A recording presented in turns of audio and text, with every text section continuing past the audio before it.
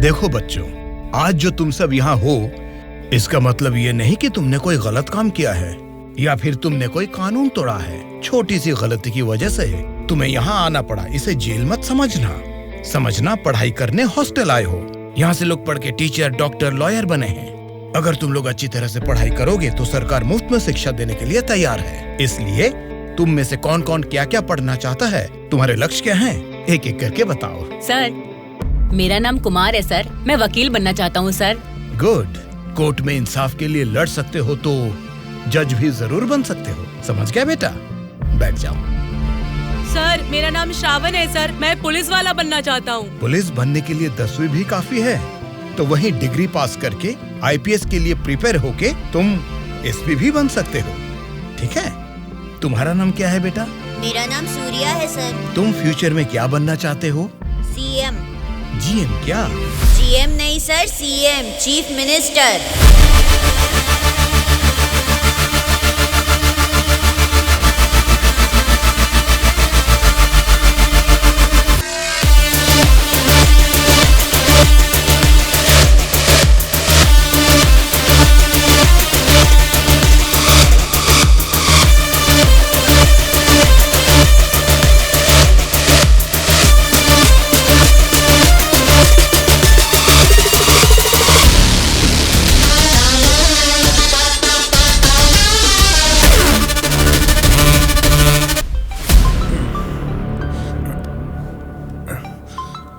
Office से तो नहीं है। हेलो, क्या बात है सुब्बा राजू, आधी रात को मीटिंग क्यों बुलाया है? अरे आपको पता नहीं क्या, 10 दिन में इलेक्शंस का रिजल्ट्स है। सर्वे या कुछ तो आया होगा, उसे देख के मैडम को थोड़ा टेंशन आ गया होगा। वही बात है ना? वजह यही होगी सर, और क्या होगा। आधी रात को अचानक मीटिंग रख के आप सबको यहाँ बुलाने के लिए मुझे माफ कीजिए। कोई बात नहीं मैडम, आपके लिए, अपने पार्टी के लिए इतनी तकलीफ तो ले सकते हैं। वैसे इस मीटिंग में क्यों बुलाया हमें मैडम? क्योंकि सभी वोटिंग सर्वेस चेक किए गए हैं। सर्वे में ये पता चला है कि पूरे राज्य की 175 असेंबली सीटों में इस बार सत्ता वाली पार्टी को 40% और विपक्ष की पार्टी को 42% सीट्स मिलने की संभावना है और बचे हुए असेंबली सीटों में इंडिपेंडेंट कैंडिडेट्स के जीतने की आशंका है। इसीलिए इस बार हमारी पार्टी को सरकार बनाने के लिए 10 सीटें हर हाल में चाहिए। इन 10 सीटों को हमें पक्का करना होगा। इसीलिए पूरे राज्य में जितने भी जीतने वाले इंडिपेंडेंट कैंडिडेट्स खड़े होंगे उन सबको हमारी पार्टी में शामिल करना होगा, तभी हम सरकार बना पाएंगे। अब हम सबको क्या करना होगा मैडम? आपके एक इशारे पे आपके लिए काम करने के लिए आपके पीछे 100 लोग हैं जो कुछ भी कर सकते हैं। उनको ठुकरा के इतनी भारी बारिश में अगर आप मुझे ढूंढते हुए आए हैं तो मैं समझ सकता हूँ मैटर कितना सीरियस है। बोलिए, ये बादशाह आपके लिए क्या कर सकता है? राज्य भर में जीतने वाले उन इंडिपेंडेंट कैंडिडेट्स के ऊपर हमें जल्द से जल्द ग्राउंड लेवल पर काम शुरू करना होगा। विपक्षी पार्टी कोशिश करे उससे पहले हमें ही उनको खरीदने की कोशिश करनी है। आज इस उम्र में भी इतने सालों से मैं एक विपक्ष की पार्टी ही चला रही हूँ बादशाह। इसीलिए चाहे कुछ भी हो जाए, सरकार तो हमारी ही बननी चाहिए बादशाह। आपकी बात सही है मैडम, लेकिन इस दरमियान सरकारी पार्टी से मिला हुआ वो गुंडा दुर्गा हमारी तरफ आने वाले इंडिपेंडेंट्स को अपनी तरफ नहीं खींचेगा, इसकी क्या गारंटी है? काटने वाले कुत्ते को बांध के रखते हैं, इसीलिए इस बार उसके ऊपर नॉन बेलेबल केसेस लगवाकर उसे जेल में बंद रखा है। इसका मतलब हमारे लिए कोई खतरे की बात नहीं है ना मैडम? इस काम को अंजाम देने के लिए तुम्हें एक काम करना होगा। क्या करना है बोलिए मैडम। सेंट्रल जेल में एक कैदी है।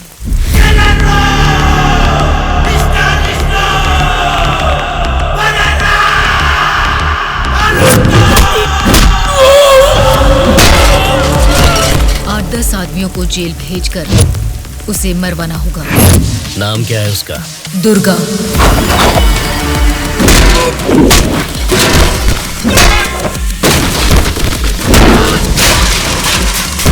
He is the most dangerous animal.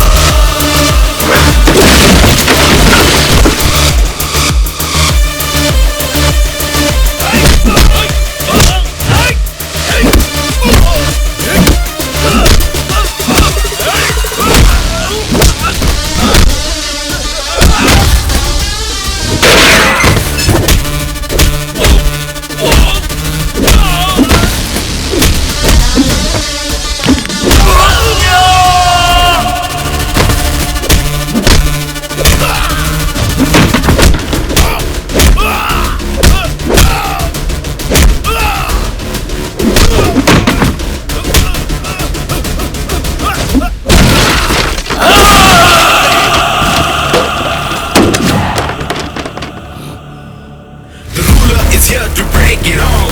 Make his own rules, make you fall. You gotta be the change you wanna see. He's gonna be the rage you won't believe.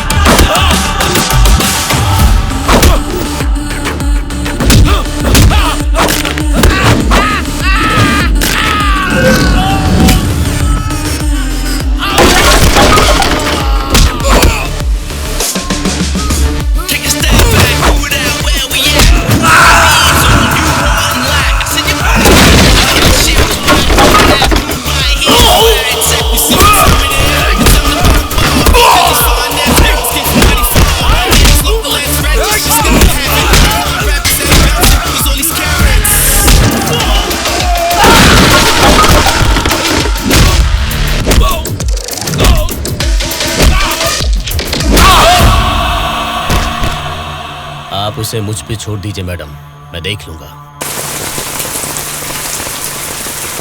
ये jail है, कोई PUBG खेलने का ground wound नहीं, समझ गया? बोल क्यों नहीं रहा है? क्यों मारा उन लोगों को? नजरें नीची करो। कायदे में रहोगे तो फायदे में रहोगे मुन्ना, नहीं तो मेरे बारे में तुम जानता नहीं हो, सीधे तिहाड़ जेल में फेंक दूंगा। ए, तुम लोग क्या देख रहे हो? इसे ले जाके सेल में डाल दो। जेलर साहब। क्या हुआ बादशाह, बात क्या है? मैं अपने 10 छोकरों को आपके जेल भेज रहा हूँ। इस बार किसे टपकाना है? दुर्गा नाम है उसका। दुर्गा बोले तो वो सरकारी पार्टी का आदमी है ना? हाँ साहब, वही है। उसको उड़ाने के लिए अपोजिशन वालों से कितना लिया है और उसमें मेरा कमीशन कितना है?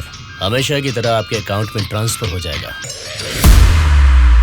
स्टेट में इस बार भी हमारी सत्ता आने वाली है, इसलिए कल मेरे फार्म हाउस पर आप सबके लिए एक पार्टी रखी है। Hello sir, CM sir. Central jail से जेलर मधुसूदन बोल रहा हूँ सर। आपको एक खास बात बताने के लिए ही मैंने फोन किया। क्या बात है, बोलो। जेल में आए हुए आपके लोगों को मारने के लिए अपोजिशन वालों ने सुपारी दिया है सर। अगर आपको आपके लोगों की जरूरत नहीं है तो मैं बीच में नहीं आऊंगा, लेकिन अगर आपको इनकी जरूरत अभी भी है तो अपनी जान पर खेलकर भी मैं उन्हें बचा लूंगा। अब आप बताइए, आप किन लोगों को मैं बचा लूं या फिर उनके हवाले छोड़ दूं? मुझे जरा 10 मिनट का टाइम दीजिए। ठीक है सर, मैं आपके कॉल का इंतजार करूंगा।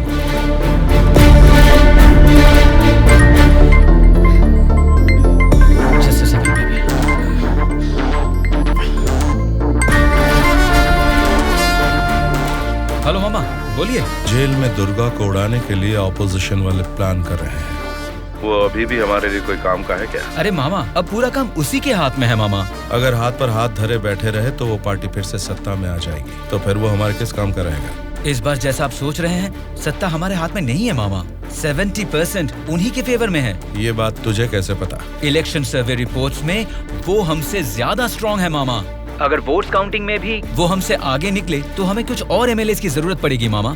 अब उनको धमका के डरा के हमारी पार्टी में लाने के लिए हमारे लिए दुर्गा ही लास्ट ऑप्शन है मामा। And he is the most powerful weapon we have today. और हमारे धंधे में तो गधे को भी बाप बनाना पड़ता है। और हमें अगर गवर्नमेंट फॉर्म करना है तो किसी भी हाल में हमें दुर्गा चाहिए मामा।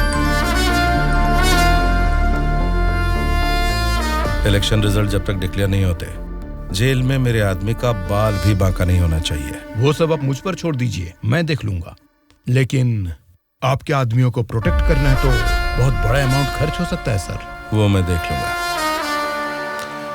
सर, मेरा एक छोटा सा डाउट है सर। क्या डाउट है? आपने दुर्गा को मरवाने के लिए पैसे लिए थे ना, अब बचाने के लिए पैसे ले रहे हैं। ये बात मेरे पल्ले नहीं पड़ी सर, मुझे थोड़ा कंफ्यूजन हो रहा है। पागल कहीं। इसी को अंग्रेजी में पॉलिटिक्स बोलते हैं और हमारी भाषा में बोलते हैं राजनीति, समझे?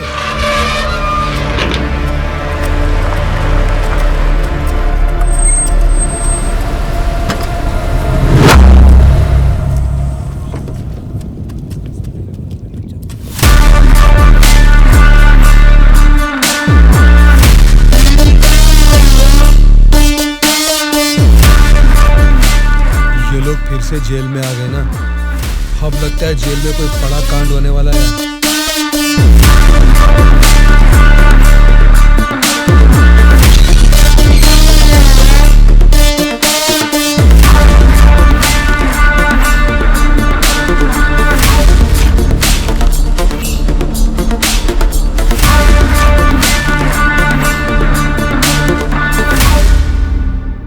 उसे कब मारने का सोचा है? हो सके तो आज ही।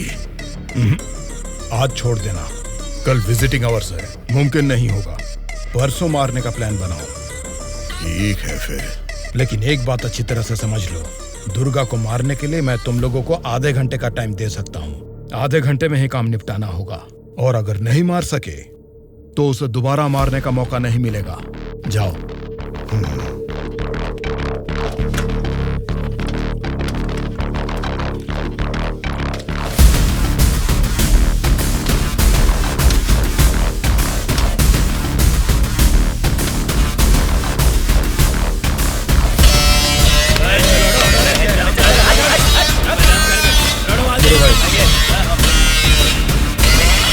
आगे चल। अल्लाह, ये सुना नहीं क्या?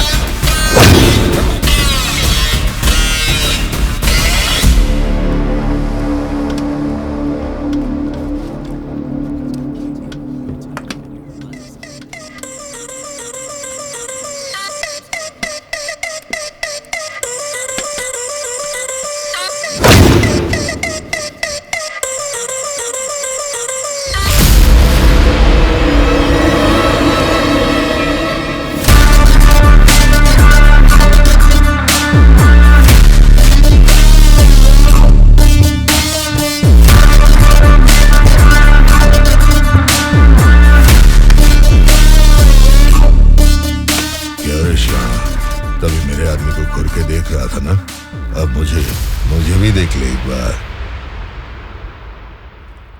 ए, बहरा है क्या? आंखें निकाल कर गोटियां खेलूंगा। ए, बोलना। तेरे से बात करे ला रे, समझ में नहीं आता भाई क्या बोल रहा है। ए, देखना, एक बार देख मुझे।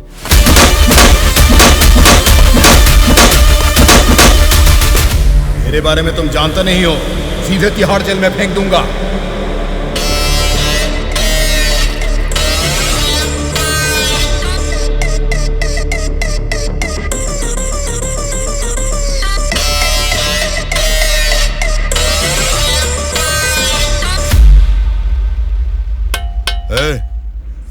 तुझसे मिलने कोई आया है? मिलने।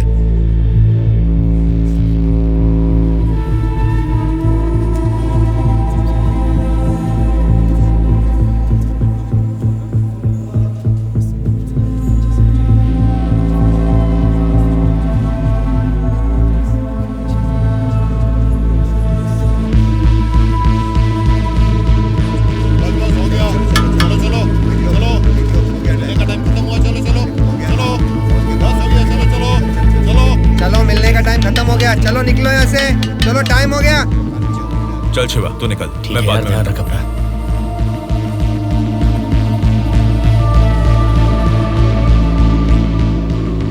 शिवा, भावना कैसी है? देखा, अभी याद आई ना तुझे उसकी? मुझे लगा तू भूल गया था।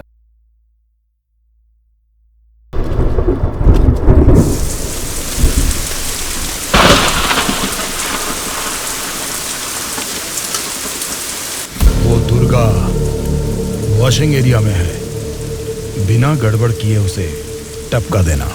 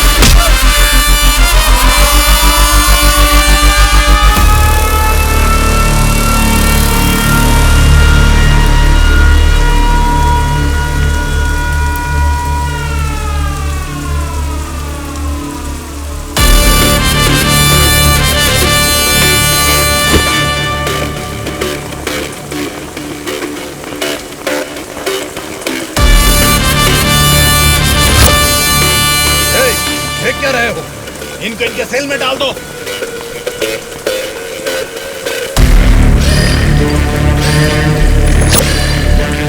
हाँ जेलर साहब। यो बादशाह, तुम और 10 लोगों को भेजोगे ना तो भी जेल में उस दुर्गा को नहीं मार सकोगे। क्या हुआ जेलर साहब? क्या हुआ है? तुमने जिन 10 लोगों को भेजा उन्हें उसने कुत्ते की तरह पीटा। मुझे तो लगता नहीं है उनमें से एक भी जिंदा बचेगा। आइंदा जेल के अंदर ऐसी बचकानी हरकत मत करना। जेल के बाहर ही निपटाओ। प्लानिंग जेल के बाहर करो। रखो फोन।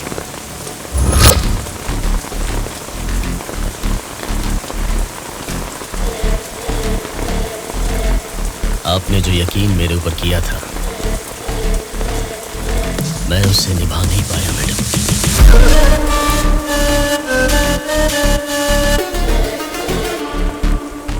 आप ये गन लीजिए मैडम। इस गन से मुझे अभी इसी वक्त यहीं पे मार दीजिए, नहीं तो मुझे एक और मौका दीजिए। मैं खुद जेल में जाकर उस दुर्गा को मारूंगा।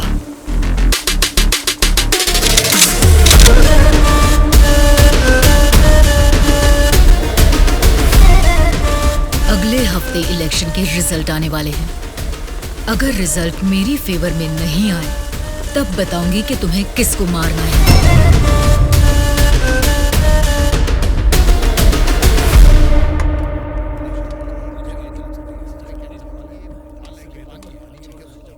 मेरा नाम दुर्गा है। सूर्या। कल मुझे बचाने के लिए थैंक्स।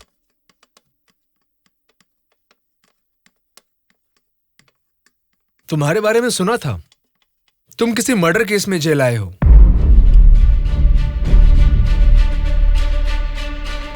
सूर्या, अगर तुम मेरे साथ काम करना चाहते हो तो कहो, मैं तुम्हें इस जेल से बाहर निकाल सकता हूँ और तुम्हारे ऊपर जितने केसेस हैं वो सब मिटा सकता हूँ। वो कैसे? मेरी सरकार में अच्छी जान पहचान है। अगर तुम हमारे साथ काम करना चाहते हो तो कहो, हमारी पार्टी सत्ता में आते ही तुम्हारे ऊपर से सारे केसेस हटवा दूंगा। तुम सच में मेरे ऊपर से वो केस निकलवा दोगे तो मैं तुम्हारे साथ मिलकर कुछ भी करने के लिए रेडी हूं। तो आज से हम दोनों फ्रेंड्स।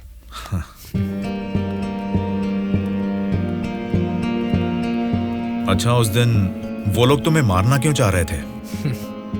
ऑपोजिशन वाले तो मुझे कई दिनों से मारने की कोशिश कर रहे थे, क्योंकि उन्हें इस बार जेल में मौका मिल गया, इसीलिए वो मुझे मारने आ गए।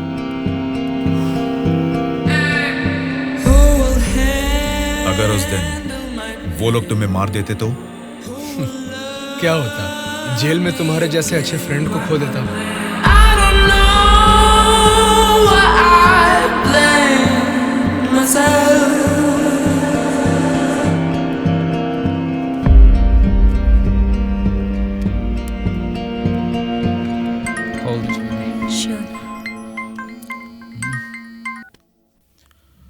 हेलो, मैं दुर्गा बोल रहा हूँ। बोलो दुर्गा। यहाँ जेल में मैं एक आदमी से मिला। किसी छोटे मोटे मर्डर केस में अंदर आया है, लेकिन उसकी हिम्मत अलग ही लेवल की है भाई। वो तो ठीक है, लेकिन क्या वो हमारे काम आएगा? बेशक वो हमारे काम आएगा भाई। ठीक है, इस बार इलेक्शन रिजल्ट्स अगर हमारे फेवर में नहीं आए तो तुम्हें बाहर आना पड़ेगा। ठीक है भाई। तब मैं मामा से बात करके तुम्हारे साथ उसको भी बाहर लाने का प्लान करूंगा।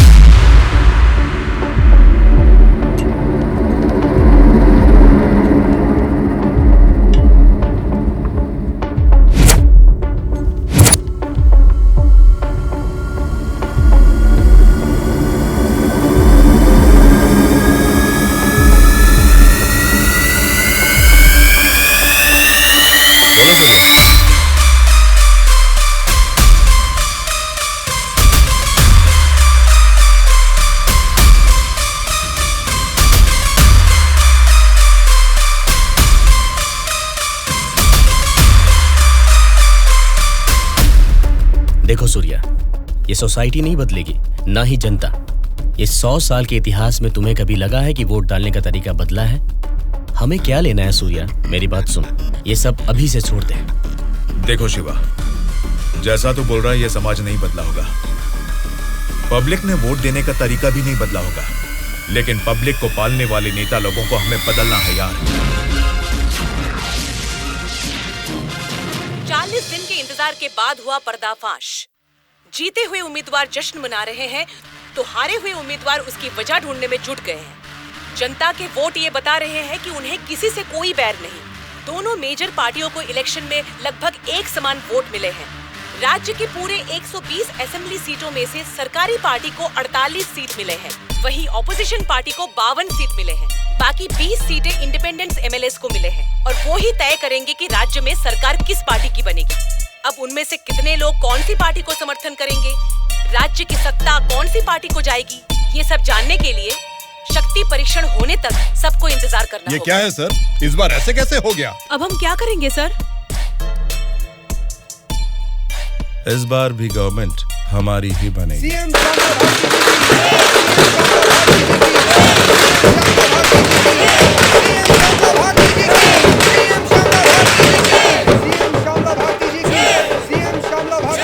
मैडम, इस बार सरकारी पार्टी से आपकी पार्टी लीड में है, इस बार में आपका क्या कहना है? जनता को अब हमारे ऊपर यकीन आ गया है, इसलिए इस बार हमारी पार्टी लीड में है। Thank you. श्यामला भारती जी की, सीएम श्यामला भारती जी की, सीएम श्यामला भारती जी की, सीएम श्यामला भारती जी की, सीएम श्यामला भारती जी की, सीएम श्यामला भारती जी की, सीएम श्यामला भारती जी की, सीएम श्यामला भारती जी की।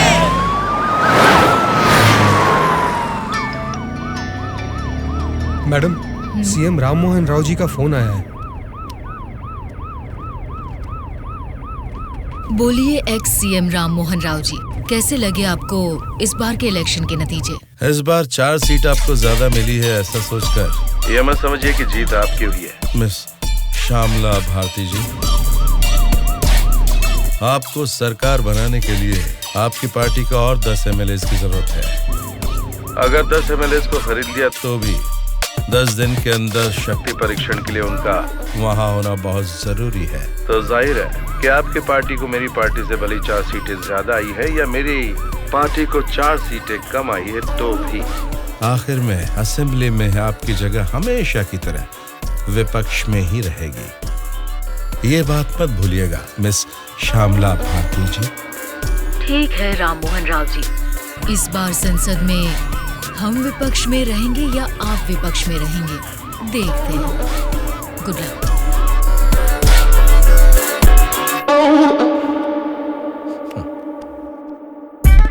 ये जानते हुए कि हमारी पार्टी लीड में है, ये राम मोहन राव कॉन्फिडेंटली कह रहा है कि हमारी पार्टी जीत नहीं सकती। इससे ये साफ पता चलता है कि हमारी पीठ पीछे साजिश हो रही है। हम एक लीडिंग पार्टी है, हमें हमारी पार्टी को सत्ता में लाने के लिए उन 20 इंडिपेंडेंट्स को हमारी पार्टी में लाने का कोई न कोई तरीका ढूंढना होगा। हमें उन 20 लोगों को जल्द खरीदना होगा मैडम, और उसका केवल एक ही रास्ता है। कौन सा रास्ता? अनंतगिरी में 20 साल से ना हारने वाले कल्याण प्रसाद को हमें सबसे पहले खरीदना होगा मैडम। उसी को क्यों? वही किंग मेकर है मैडम। जितने भी 20 इंडिपेंडेंट उम्मीदवार है वो सब उसी के हाथ में रहते हैं। तो फिर जल्द से जल्द बुलवाइए उसे। कल्याण प्रसाद को फोन करके कहो कि तुरंत मेरे फार्म हाउस पर आकर मुझसे मिले। ओके? ठीक है सर।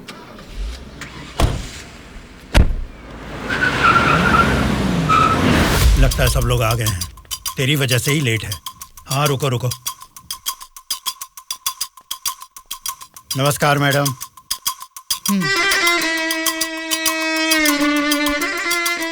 मैडम डायरेक्टली पॉइंट पर बात करेंगे, इससे दोनों का टाइम बचेगा। मैं भी सीधे पॉइंट पर आकर बात करूंगी। आपके 20 एमएलएस को हमारी पार्टी को समर्थन देना होगा। इसके लिए आपके एक एक एमएलए की कीमत बताइए। एक एक एमएलए ने अपने मतदान क्षेत्र में जीतने के लिए तकरीबन 50 करोड़ रुपए खर्च किए हैं। एक एक एमएलए को 100 करोड़ दे दीजिए। क्या मतलब? एक एक एमएलए को 100 करोड़? मतलब इसके हिसाब से 20 एमएलए को 2000 करोड़? हाँ मैडम। इतना क्यों? मार्केट में आजकल रेट बहुत बढ़ गए मैडम। एक जमाने में खाना पकाने का तेल 100 रुपए लीटर मिलता था और अब 230 रुपए हो गया है। फिर भी लोग खरीद रहे हैं ना। वैसे जनता के बारे में हम कुछ सोच रहे हैं क्या? नहीं ना। इसीलिए जैसे चीजों के दाम बढ़ गए हैं, वोटर्स ने भी अपने रेट बढ़ा दिए हैं मैडम। एक टाइम पे 1000 रुपए में मिलने वाले वोट अब 5000 में मिलते हैं। यहाँ कोई भी कैंडिडेट को देख के वोट नहीं डालता मैडम, वो वोट डालता है कैश देखकर ही। मतलब आपके एमएलएस को हमारी पार्टी को समर्थन देना है तो आपको 2000 करोड़ देने होंगे, सही कहा? 2000 करोड़ नहीं मैडम। तो फिर? 2500 करोड़। मतलब 2500 करोड़ रुपए? यस। वो 500 करोड़ किसके लिए? वो मेरा कमीशन है मैडम। आपका कमीशन 500 करोड़ है? जी मैडम। मैं आपको कोई प्याज टमाटर थोड़ी ना बेच रहा हूँ। इस राज्य की सत्ता 5 साल के लिए दे रहा हूँ आपको। इसके बदले में एक छोटी सी 500 करोड़ की रकम कमीशन लेने में कोई गलती नहीं है मैडम।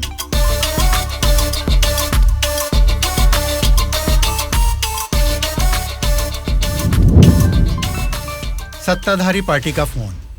अगर मेरा प्रपोजल आपको जमता है तो फोन काट दूंगा, और नहीं तो इस बार फिर से उन्हीं की सरकार बनेगी। सोच लीजिए। सर, कल्याण प्रसाद जी मेरा कॉल कट कर रहे हैं सर। फिर से ट्राई करो। Okay sir.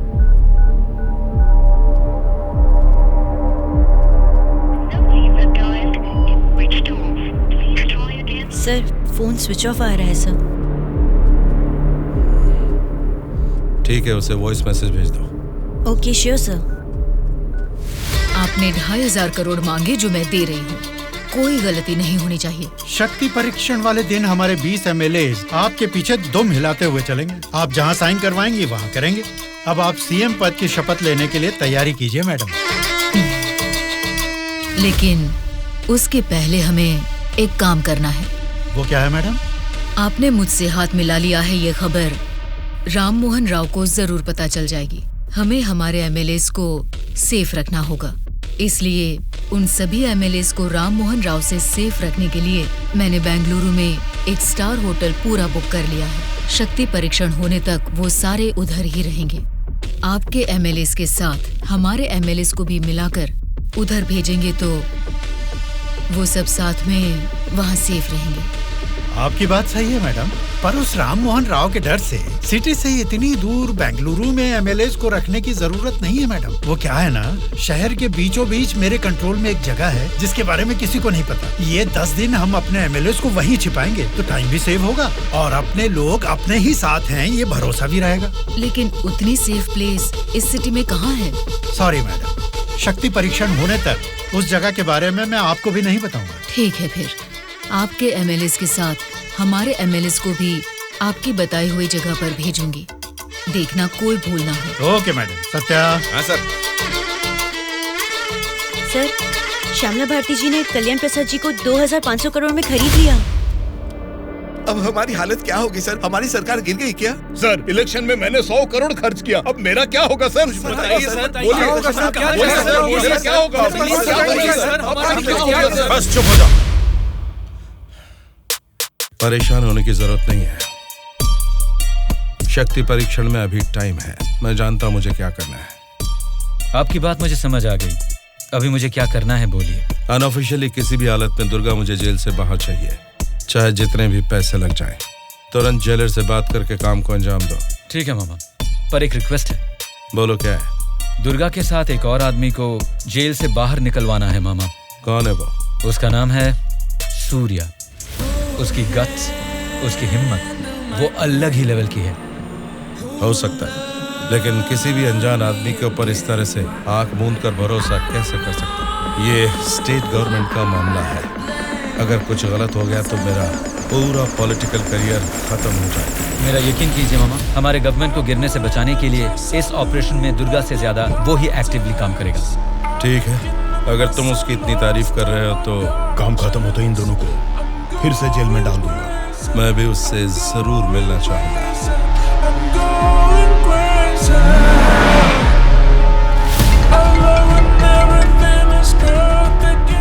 हेलो मैडम, मुझे आपको एक इन्फॉर्मेशन देनी है।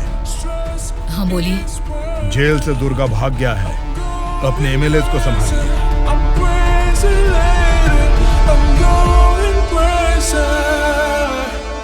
इनको अभी छोड़ के आपने वो पार्टी को इन्फॉर्मेशन क्यों दे दिया सर? वो लोग आपस में लड़के मरेंगे तो ही ना हम जैसे लोग सेफ रहेंगे।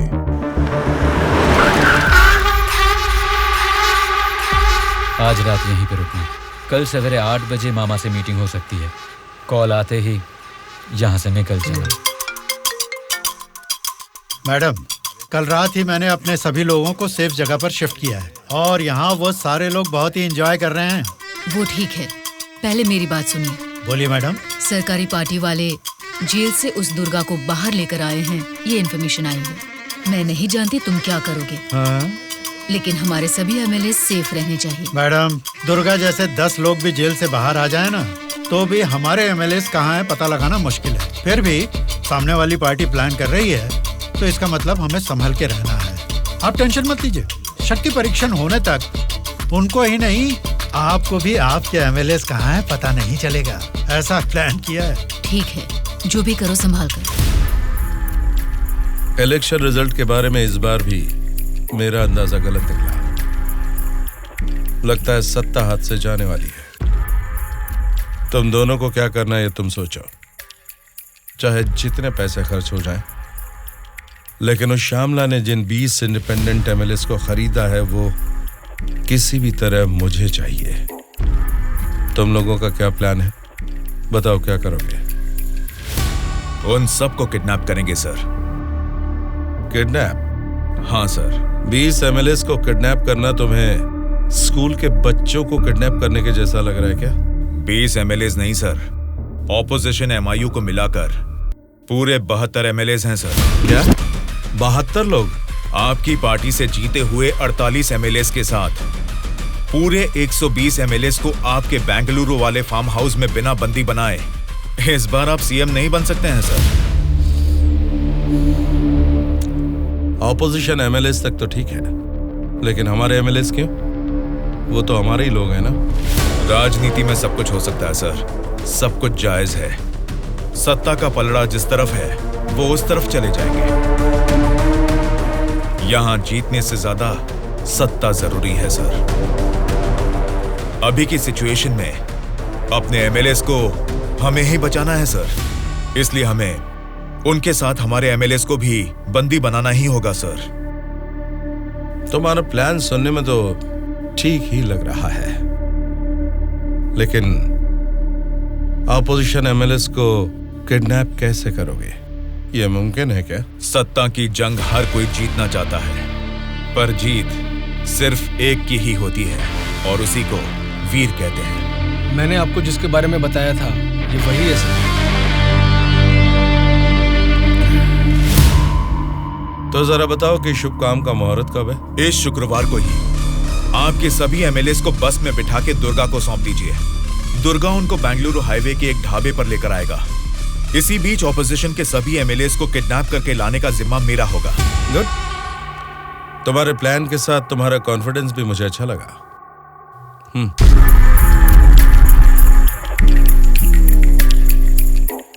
इस बैग में 2 करोड़ है, इसे सिर्फ एडवांस ही समझो। जैसा सोचा है, अगर काम वैसा ही हुआ तो तुम्हारे ऊपर जितने भी केस हैं उनको हटाने के साथ ही इस तरह के कई बैग्स तुम्हें मिलेंगे। इस बार भी आप ही सीएम पद की शपथ लेंगे, उसके लिए तैयार रहिए।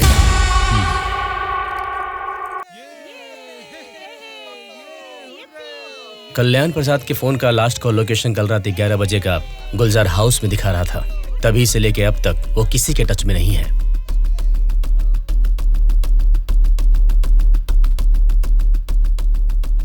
तो फिर वो पक्का गुलजार हाउस में ही है। हाँ बोलो। मैडम, आपके लिए एक बैड न्यूज है। गुलजार हाउस में ठहरे हुए आपके सभी एमएलएस को सत्ता वाली पार्टी के लोग किडनैप करने की कोशिश कर रहे हैं। आप फौरन उनको वहां से कहीं और शिफ्ट करवाइए, नहीं तो सीएम नहीं बन पाएंगी। लेकिन तुम कौन हो? आपका हितैषी हूं।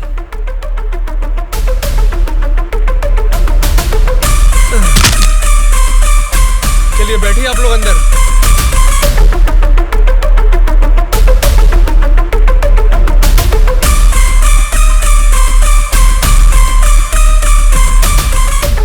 बोलिए मैडम। कहाँ हैं आप? मैं नहीं बता सकता। मैं सीरियसली कुछ पूछ रही हूँ, उसका सीधा जवाब दीजिए। मैं भी सीरियसली ही बोल रहा हूँ मैडम, नहीं बता सकता। आप सब गुलजार हाउस में हैं, ये बात मैं अच्छी तरह से जानती हूँ। वो कैसे मैडम? गूगल मैप पे भी सर्च करने पर इस जगह के बारे में किसी को पता नहीं चलता। सिर्फ मुझे ही नहीं बल्कि सरकारी पार्टी वालों को भी पता है कि आप सब कहाँ छुपे हो।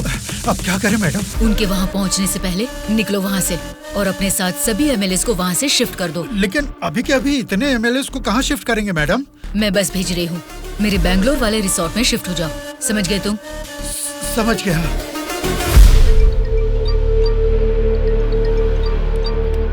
जी मैडम। बादशाह, तुम्हें मेरा एक काम करना होगा। बोलिए मैडम। हमारे सभी एमएलएस को हम अर्जेंटली एक बस से बैंगलोर रिसोर्ट में शिफ्ट कर रहे हैं। हमारी बस सेफली बैंगलोर पहुंचे तब तक तुम्हें उसे फॉलो करना है। ठीक है मैडम। तुरंत अपने आदमियों के साथ बैंगलोर हाईवे पर वेट करो। Okay madam.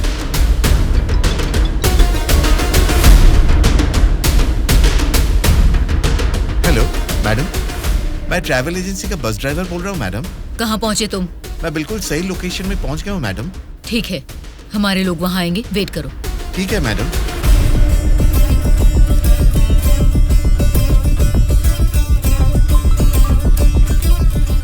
हाँ बोलिए मैडम। बस आ गई है, आप सब तुरंत वहाँ से निकल जाइए। ठीक है मैडम। बस आ गई है, चलिए सब लोग बस में बैठिए।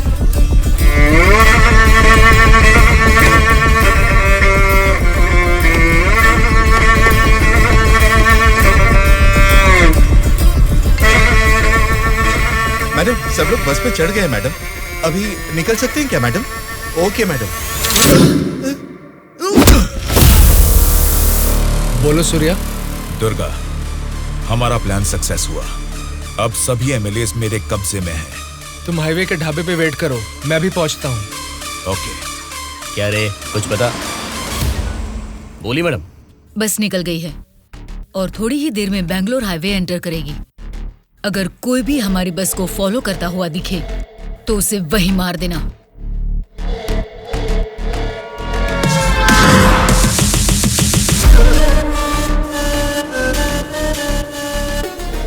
मैडम, हमारे एमएलएस की बस अभी सामने से क्रॉस हो गई है। तुम ध्यान से हमारी बस को फॉलो करना, ठीक है? ठीक है मैडम। ए चलो रे।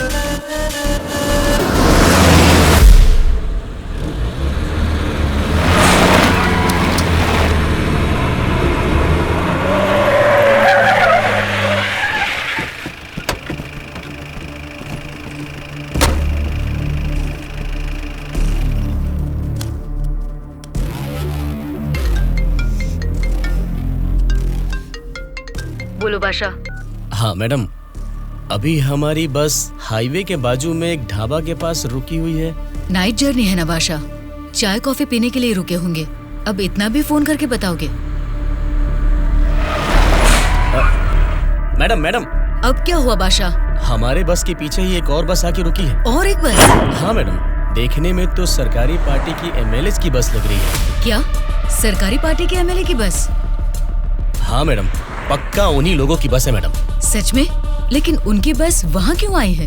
पता नहीं चल रहा मैडम। जैसे हम अपने एमएलए को बैंगलोर भेज रहे हैं, वैसे ही वो अपने एमएलए को शायद किसी सेफ जगह पर भेज रहे होंगे। हो सकता है, फिर भी दोनों बस एक ही जगह पर एक ही समय पर ये कैसे हो सकता है? तुम एक काम करो बादशाह, हमारे एमएलए की बस वहाँ से सुरक्षित निकल जाए, तब तक उनकी बस पर तुम कड़ी नजर रखना। ठीक है मैडम।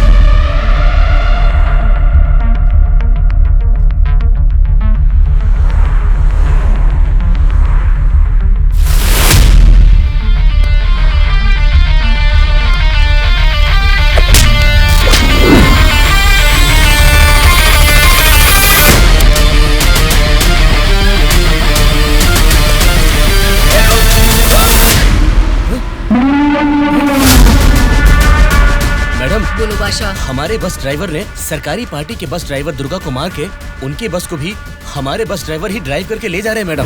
व्हाट? उनकी बस को हमारे ड्राइवर क्यों ले गए हैं? मुझे भी कुछ समझ में नहीं आ रहा मैडम। ठीक है, मैं अपने ड्राइवर को फोन करके पता लगा लूंगी। पहले तुम हमारी बस को फॉलो करो। Okay madam. Hello madam. Anwar, क्या कर रहे हो तुम लोग? कुछ लोग आके मुझे मार के हमारी बस को लेके गए मैडम। बोली मैडम। बादशाह, वो लोग अपने ड्राइवर नहीं हैं, कोई क्रिमिनल्स हैं। उनका पीछा करो। Stop them right now. ठीक है मैडम।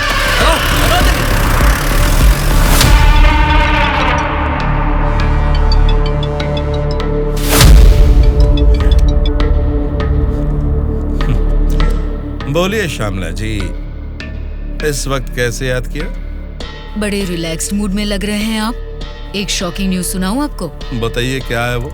अभी तक मैंने सोचा कि संसद में आपके और मेरे बीच में स्पर्धा है, लेकिन हमारी इस स्पर्धा में किसी तीसरे ने एंट्री ली है।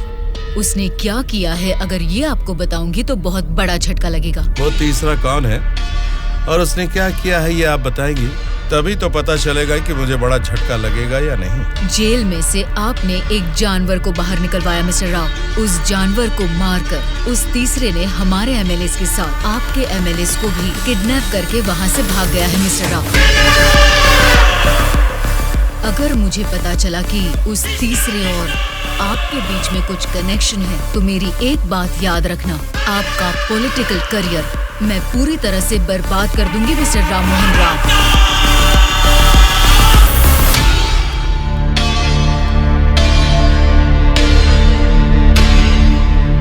क्या हुआ मामा? उस दुर्गा को कॉल कर।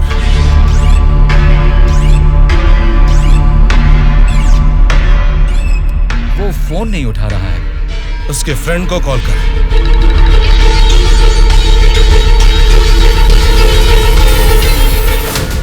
मेरे पॉलिटिकल करियर में ये फर्स्ट टाइम है जब मैंने किसी पर यकीन करके धोखा खाया। बोल, कौन है तू? बोला था ना, ये सत्ता की जंग हर कोई जीतना चाहता है, लेकिन किसी एक को ही जीत मिलती है, उसी को वीर कहते हैं। अब वो जंग शुरू हो चुकी है। वीर कौन है और वो जंग किस मकसद से कर रहा है, आगे आगे तुमको सब समझ में आएगा। तब तक के लिए वेट एंड सी।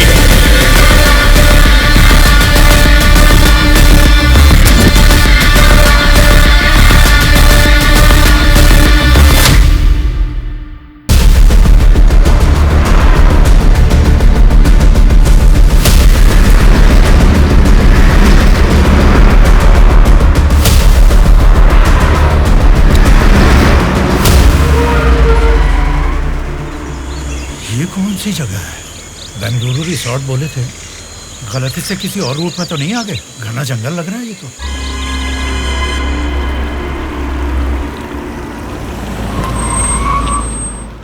सर वो क्या है कि तुम पर भरोसा करके काम सौंप दिया, इसके लिए तो मुझे खुद को जूते मारने चाहिए। अपना ये चेहरा फिर मुझे कभी मत दिखाना। पता नहीं कहां से एक अनजान आदमी को लाकर मेरे सर पर बैठा दिया। अब देखो उसने क्या किया है। सॉरी मामा। मर जाओ जाकर। उस डीजीपी को फोन करके फार्म हाउस में आने के लिए कहो। ओके मामा। क्या रे, हमारी पार्टी ज्वाइन करने के लिए इस जंगल में आ गए तुम लोग? अरे जब लीड में हम हैं तो तुम्हारी पार्टी में आने की नौबत क्यों आएगी हमें? लीड में हम हैं बोलकर तुम सब लोग हमारी पार्टी में आ गए। देख लो, कुछ अकल है कि नहीं? वाली लीड नहीं, जीतने वाली भी अपनी ही पार्टी है। ए, रुक जाओ। क्या है ये? इतना शोर कर रहे हो? आपस में लड़के कुछ नहीं मिलने वाला। हमें कुछ भी बोलिए, लेकिन हमारी पार्टी को कुछ मत बोलना। समझ गए? जरा सामने आओ और अपनी पार्टी की ताकत दिखाओ।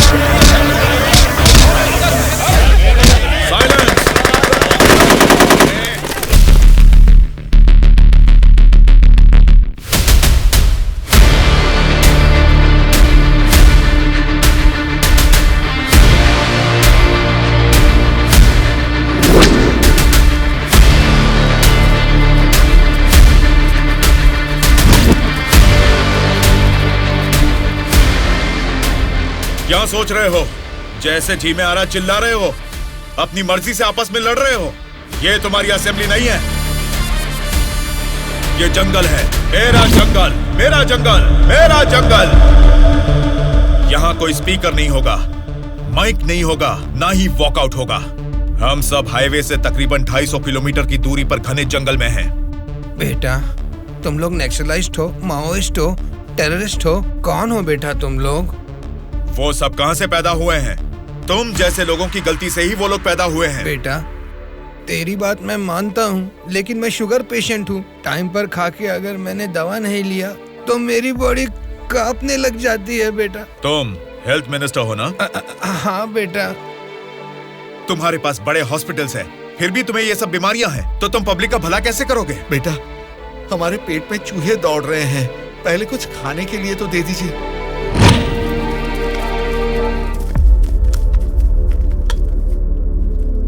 ये क्या खाना है? ये तो जेल के खाने से भी बदतर है। क्यों रे? तेरी राशन की दुकान में यही चावल तो बिकता है, फिर वो लोग कैसे खाते होंगे, कभी सोचा है?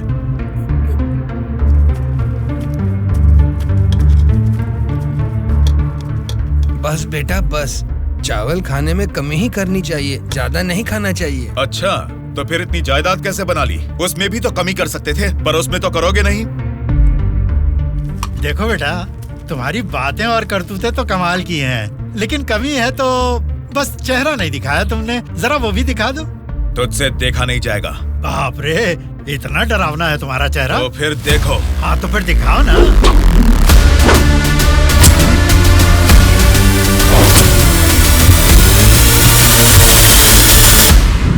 हमारी जिंदगी को लक्ष्य देता है ये महाविद्यालय, हमारे भविष्य को भी रचता है ये विद्यालय। स्वामी विवेकानंद ने कहा था कि देश का भविष्य युवा पीढ़ी के हाथों में है, लेकिन युवा होने के नाते हम क्या कर रहे हैं? देश के भविष्य से मुझे क्या करना है, ऐसा बोलकर हम खुद ही को स्वार्थी बनाते जा रहे हैं। मतलब हमारा पढ़ाई करना, नौकरी करना स्वार्थ है क्या? प्रॉब्लम पढ़ाई के बारे में या जॉब के बारे में नहीं है बेटा, तो फिर देश के भविष्य के बारे में ना सोचना ही प्रॉब्लम है। इसीलिए तो हर 5 साल में हम वोटिंग करके नेता लोगों को चुनते हैं। ये सब काम तो उनका है। वही तो हम लोगों की गलती है, वोट देते हैं और भूल जाते हैं। एक स्टूडेंट की हैसियत से फैसला करना आपके हाथ में नहीं है, लेकिन बेहतर समाज का निर्माण करने का सामर्थ्य आप में है।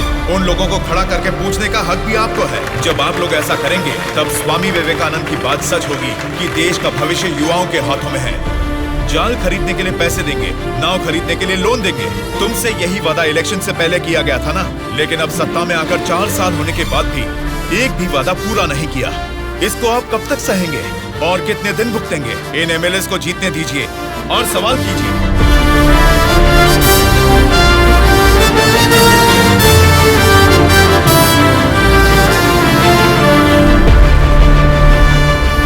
18 साल की उम्र होने के बाद ही हमारे देश में मतदान का हक क्यों दिया जाता है जानते हो? ताकि हम एक सही नेता को चुन सके। लेकिन हम क्या कर रहे हैं? हम बिना सोचे समझे और उनसे पैसे लेकर वोट डाल रहे हैं। अगर ऐसा ही चलता रहा तो कल को आपके बच्चे और फिर उनके बच्चे, हर किसी को इसी तरह की परेशानी होगी। हमें अब बिना सोचे समझे और पैसे लेकर वोट डालने की इस प्रथा को खत्म करना ही होगा। और अगर हमने ऐसा नहीं किया तो सबका नाश निश्चित है। आने वाली पीढ़ी को हम ये बताएंगे कि वोट की जो ताकत है उससे सरकार बदल सकते हैं। जनता की सच्चाई। स्टूडेंट सर, आजकल जनता के सामने समाज के बदलाव की बातें करते रहते हैं सर। आजकल ये फैशन हो गया है सर। ठीक है। हाँ? उसके भाषण की वजह से अपनी इमेज डैमेज नहीं होनी चाहिए। सर, हमें उनकी परवाह नहीं करनी चाहिए। वो लोग कुछ प्रॉब्लम नहीं करेंगे सर। अपने किसी आदमी को बोलो इन पर जरा नजर बनाए रखे। Okay sir. दिल्ली से आते ही इनके बारे में कुछ करेंगे। क्या बताऊं बेटा, इस गांव की समस्या वैसे की वैसी ही है। हमारी समस्याओं को सुनने के लिए कोई वार्ड मेंबर नहीं आता है। सरपंच को तो देखा ही नहीं, कॉर्पोरेटर काम नहीं करता, और एमएलए के लिए क्या बताऊं, 4 साल पहले हमने उनको जिताया, वो तो ऐसे गायब हुए जैसे गधे के सर से सिंह। उनसे मिलने जाओ तो लात मार के भगा देते हैं।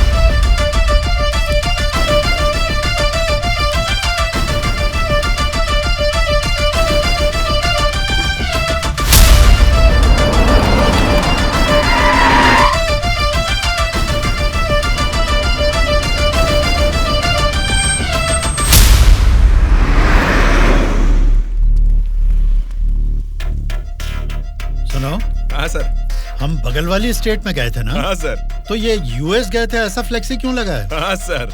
चलो लगे रहने दो सर। फोटो अच्छी है। लगाया किसने इसको? और कौन सर, वो स्टूडेंट्स ही हैं।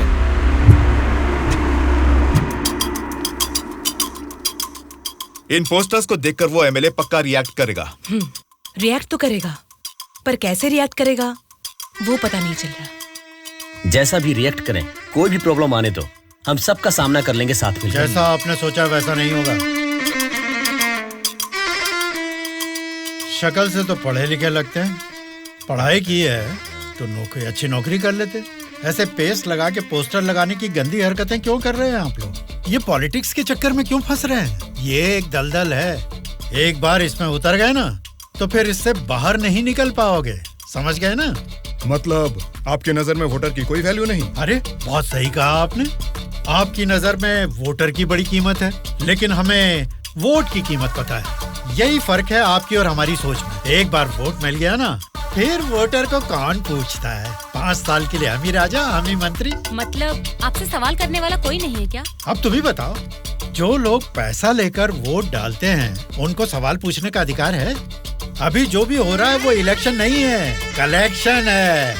हम वोट कलेक्ट करेंगे, वो पैसे कलेक्ट करेंगे। एक एक वोट का 5,000, 1.5 लाख वोट हैं, मतलब 75 करोड़। उसके साथ दारू, बिरयानी, नाच गाना, पोस्टर, पब्लिसिटी, इनके अलावा हमारे नेता को मिलने वाले गिफ्ट्स। बाप रे, तकरीबन 150 से 200 करोड़ खर्च होता है। अब इस खर्चे को प्रॉफिट में बदलना है, 200 करोड़ का 1000 करोड़ बनाना है। ये सब करने में ही 5 साल निकल जाएंगे। फिर जनता की सेवा करने का टाइम कहाँ रहेगा? वैसे वोट बेचने वाले की हम सेवा क्यों करें? उसको पूछने का हक नहीं है, क्योंकि उसने तो अपना वोट बेच दिया है। इसलिए मैं तुम लोगों को आखिरी बार बोल रहा हूँ, सड़क छाप गुंडागर्दी से जिंदगी शुरू की थी, अब स्टेट मिनिस्टर हूँ। मुझे फिर से गुंडा बनने पर मजबूर मत करो। इलेक्शन नजदीक आ रहे हैं। पिछली बार वोट के लिए 5,000 मांगे थे, इस बार 10,000 मांगेंगे। हमें इसके लिए तैयार रहना है। यहाँ वोट के लिए ही नहीं, सीट के लिए भी पैसे देने हैं। पार्टी हाईकमांड मेरी परवाह नहीं करेगी तो मुझे बहुत दिक्कत हो जाएगी। मेरे रास्ते से हट जाइए। इसके बावजूद भी अगर किसी ने रोका तो तुम सबकी डेट ऑफ बर्थ तो अलग अलग है, लेकिन डेट ऑफ डेथ एक हो जाएगी, याद रखना। चलता हूँ। डार्लिंग, सब अच्छा ही हुआ है। टी स्टेट का एडवांस दे दिया है। अगले महीने इलेक्शन है, उसके बाद रजिस्ट्री होगी। ऊटी टी स्टेट की तुम ही मालकिन हो। तुम्हारा सर देखो। आपकी नजर में वोटर की बड़ी कीमत है, लेकिन हमें वोट की कीमत पता है। एक बार वोट मिल गया ना, फिर वोटर को कौन पूछता है? 5 साल के लिए हम ही राजा, हम ही मंत्री। आज की ब्रेकिंग न्यूज, हम आपके सामने एमएलए कल्याण प्रसाद जी की बेईमानी का खुलासा करने वाले हैं। टीवी देखिए सर, जो लोग पैसा लेकर वोट डालते हैं उनको सवाल पूछने का अधिकार है। अभी जो भी हो रहा है वो इलेक्शन नहीं है, कलेक्शन है। तो तुम सबकी डेट ऑफ बर्थ तो अलग अलग है, लेकिन डेट ऑफ डेथ एक हो जाएगी, याद रखना। खुद कल्याण प्रसाद जी के मुंह से ये बातें सुनने के बाद उन्हें मिनिस्टर के पद से ही नहीं बल्कि पार्टी के हाई कमांड ने उन्हें पार्टी से भी सस्पेंड कर दिया है। आपको बिना बताए पद से निकाल दिया, ये तो नाइंसाफी है सर। क्या नाइंसाफी है रे? हाँ, मैं एक बड़ा बदमाश हूँ, ऐसा ही बोलकर इन्होंने वीडियो में मान लिया। सब लफंगे लोगों के ये बड़े नेता हैं। लो खाओ, सब ठूसो। और काम भी क्या है? खाना और सोते रहना, और बचा ही क्या है? बाप रे बाप, कितने सपने दिखाए थे। ऊटी में टी स्टेट लूंगा, कर्नाटक में कॉफी स्टेट लूंगा, अगले इलेक्शन में जीतूंगा तो मैं होम मिनिस्टर बनूंगा, तुम होम मिनिस्टर की बीवी बनोगी, बाद में सीएम और मैं सीएम की बीवी। क्यों जी, तुम तो मुझे सीएम की बीवी बनाना चाहते थे, तुम तो खुद ही सीएम नहीं बन पाए। अभी देखो, नालायक की बीवी बनकर बैठी हूँ यहाँ पर। मैं सोच रही थी सीएम की बीवी बनने के लिए क्या करना पड़ेगा। देखते क्या हो जी, बताओ ना क्या करना है। बहुत बोल चुके हो, आप जाओ।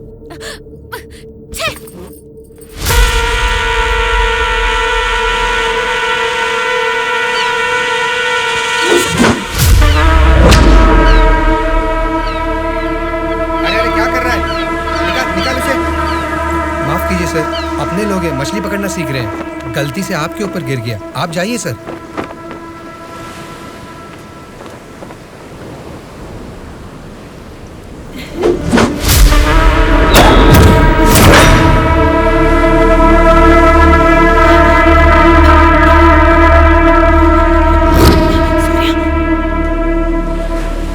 सॉरी सर, मछली पकड़ते समय समुंदर में सब मछलियां तो नहीं पकड़ सकते ना सर।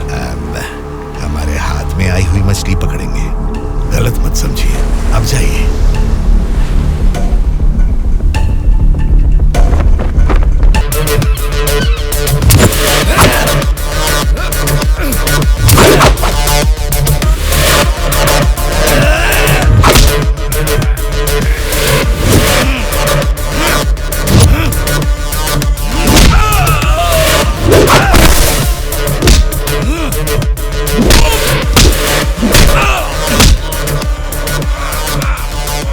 किसने तुम सबको भेजा है? बता, जल्दी बता।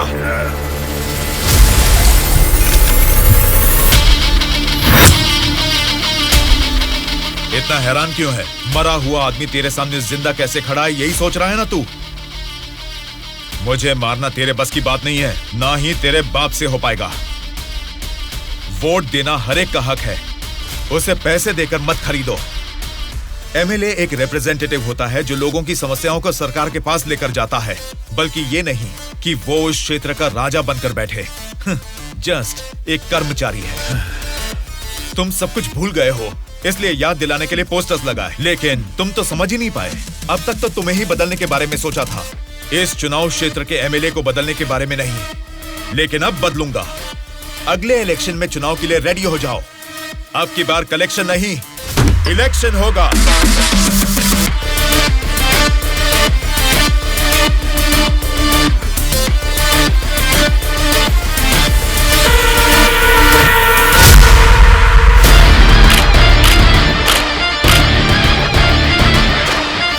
Vote for Vinay, vote for Vinay. इसका नाम विनय है। अब हमारे चुनाव क्षेत्र से इंडिपेंडेंट उम्मीदवार के रूप में कल्याण प्रसाद जी के सामने खड़ा हो रहा है। यही पैदा हुआ है, आपकी तकलीफें जानता है, पैसे देकर आपका वोट नहीं खरीदेगा, लेकिन आपके द्वारा डाले गए हर एक वोट को इंसाफ दिलाएगा। इसे जिताकर तुम सब जीतना चाहते हो, या फिर उस कल्याण प्रसाद को वोट डालकर अगले 5 साल के लिए गुलाम बनकर जीना चाहोगे? ये आपकी मर्जी है। भैया, अभी तक पैसे लेके वोट देते थे, लेकिन अब भले काम के लिए वोट देंगे हम। अभी तक हमें कोई ऐसा नहीं मिला जो हमारा साथ दे। आप खड़े हो भैया, इस बार हम वोट आप ही को देंगे।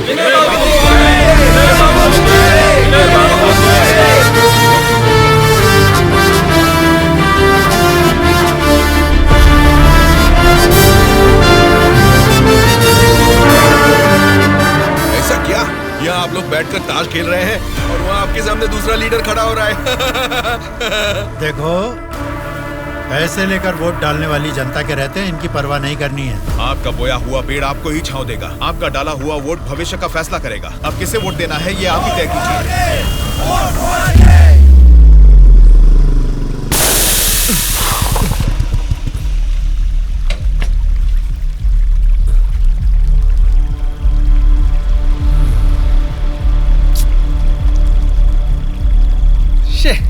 पंचर बना लो, पंचर। क्या बाबू, गाड़ी पंचर क्या? हाँ भाई, जरा अर्जेंटली जाना है, आप पंचर बना दोगे? बनाऊंगा ना। आगे जाके ये हमारे गांव का एमएलए बनेगा। पंचर थोड़ा खट से बना रे। तुम्हारे रोज जाने वाले रास्ते में अचानक तुम्हारी गाड़ी पंक्चर हो गई है, फर्क नहीं दिख रहा है क्या? उसके साथ जैसे ही गाड़ी पंक्चर हुई तभी पंक्चर वालों का हाजिर होना अजीब नहीं लग रहा है? वैसे तो इलेक्शन में खड़े होना भी अजीब बात है। आप तो एमएलए बन जाएंगे, असेंबली में चले जाएंगे, अपन तो इधर ही रह जाएगा ना। हम तो गुंडागर्दी ही करेंगे, और करेंगे भी तो क्या होगा? मारना, काटना, जलाना और बलात्कार करना। हम किसको मारेंगे, किसको काटेंगे जानते हैं? तेरे दोस्तों को। तेरे दोस्त सूर्या को बहुत बुरी मौत मारेंगे। बाद में बच्चे का कौन जानते हैं आप? आपके साथ घूमती है ना वो गोरी गोरी लड़कियां, जैसे चाहे मजे करेंगे, अय्याशी करके मुंबई रेड लाइट एरिया में जाके बेच देंगे उनको। सोच लेना। चलो रे।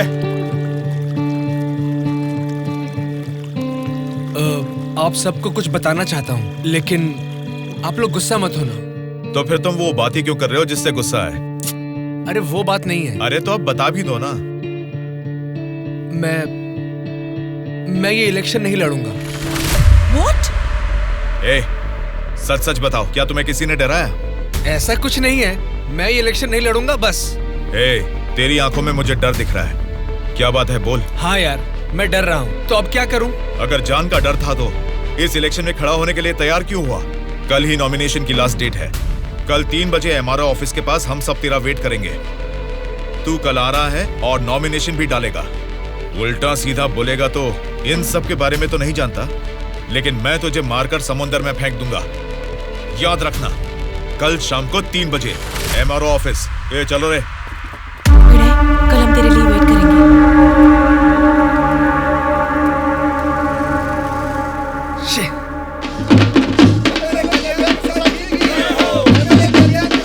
पता नहीं कहाँ रह गया। अपने आप को समझता क्या है वो? Phone is not reachable, message भी नहीं जा रहा।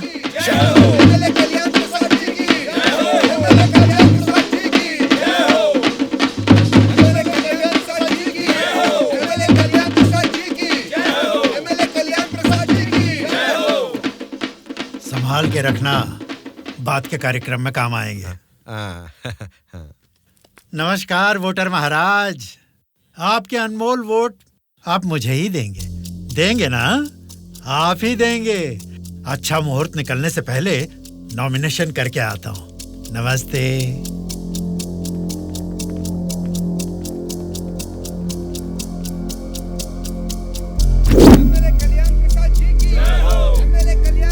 विनय को फिर से कॉल करो। इतना टाइम हो गया, अभी तक नहीं आया। छोटे भाई, आपका कैंडिडेट अभी तक नहीं आया ना? राहु काल शुरू हो चुका है।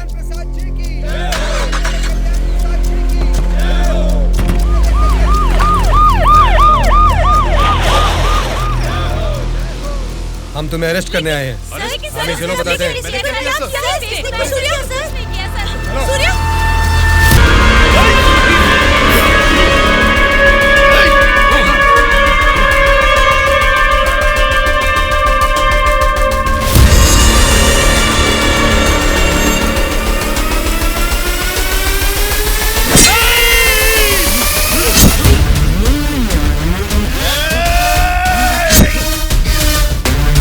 क्या हो रहा है सर? फायर रख अपना।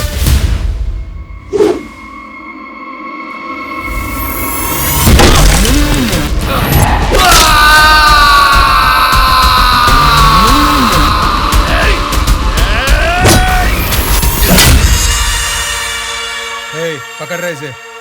सर, ये सब क्या हो रहा है सर? हो रहा है नहीं, जो हुआ है वो बता रहा हूँ। भाई से कुछ बात करनी है। Okay sir. छोटे भाई, खुद को ही अकलमंद समझते हो, तुम्हारे रेंज की नहीं है, फिर भी मेरी थोड़ी सी अकल है। तुम्हारे इस्तेमाल किए हथियार को मैंने भी यूज किया, सोशल मीडिया। कल ही नॉमिनेशन की लास्ट डेट है। तू कल आ रहा है और नॉमिनेशन भी डालेगा। उल्टा सीधा बोलेगा तो, लेकिन मैं तुझे मारकर समुद्र में फेंक दूंगा। छोटे भाई, पॉलिटिक्स मतलब एक ऐसा समंदर जिस पे सफर के लिए शिप चाहिए या तो फिर बोट। तुमने खाली हाथ तैरना चाहा तो बीच समंदर में डूब जाओगे। तेरे जैसे नालायक को ही बोट और शिप की जरूरत पड़ती है, मुझे जरूरत नहीं है।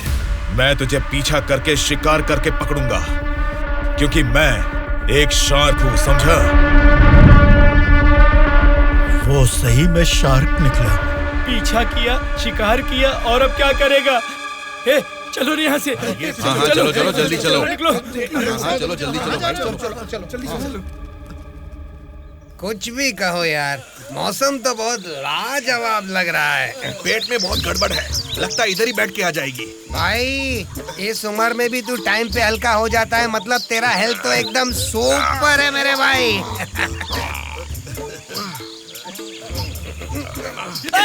अरे मेरा पेट गड़बड़ चल रहा है यार। मारे मर रहा हूँ, ऊपर से तुम लोग गोली चला रहे हो। तेरी गोली से हम लोग डरने वाले नहीं है, समझा? ठंडे ठंडे पानी से नहाना चाहिए, जाना है या नहीं?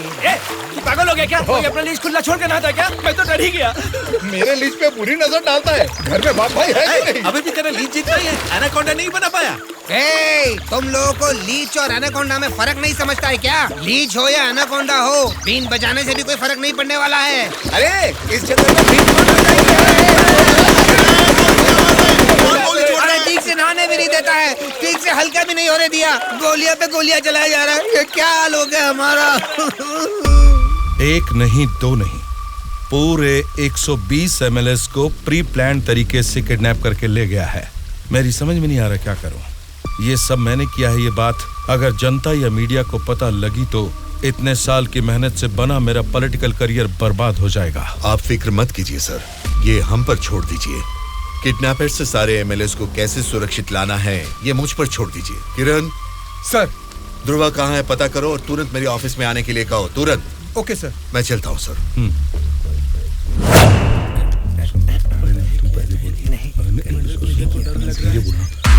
मुझे तो डर लग रहा है। तुम ही बोलो बेटा। क्या है? आपके बारे में सब कुछ पता चल गया बेटा। सच में नाइंसाफी हुई है।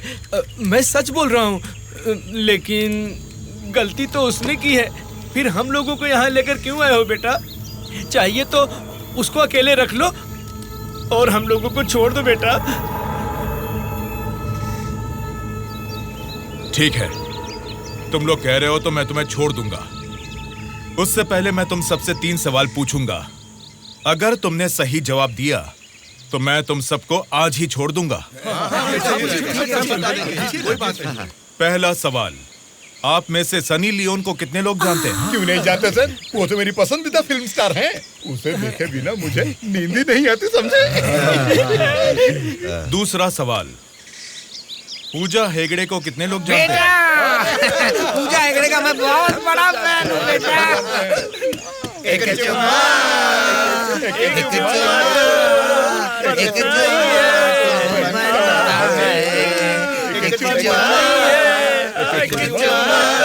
बेटा एक दूसरा गाना सुनाता हूँ, सुनो तुम।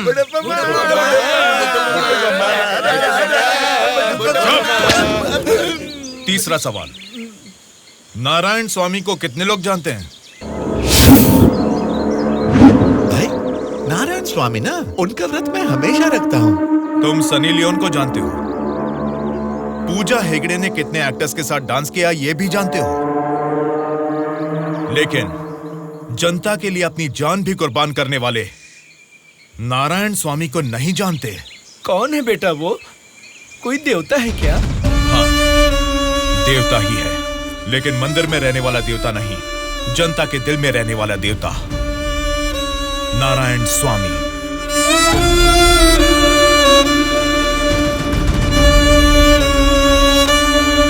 नमस्कार सर। नमस्ते माँ जी। नमस्ते नमस्ते।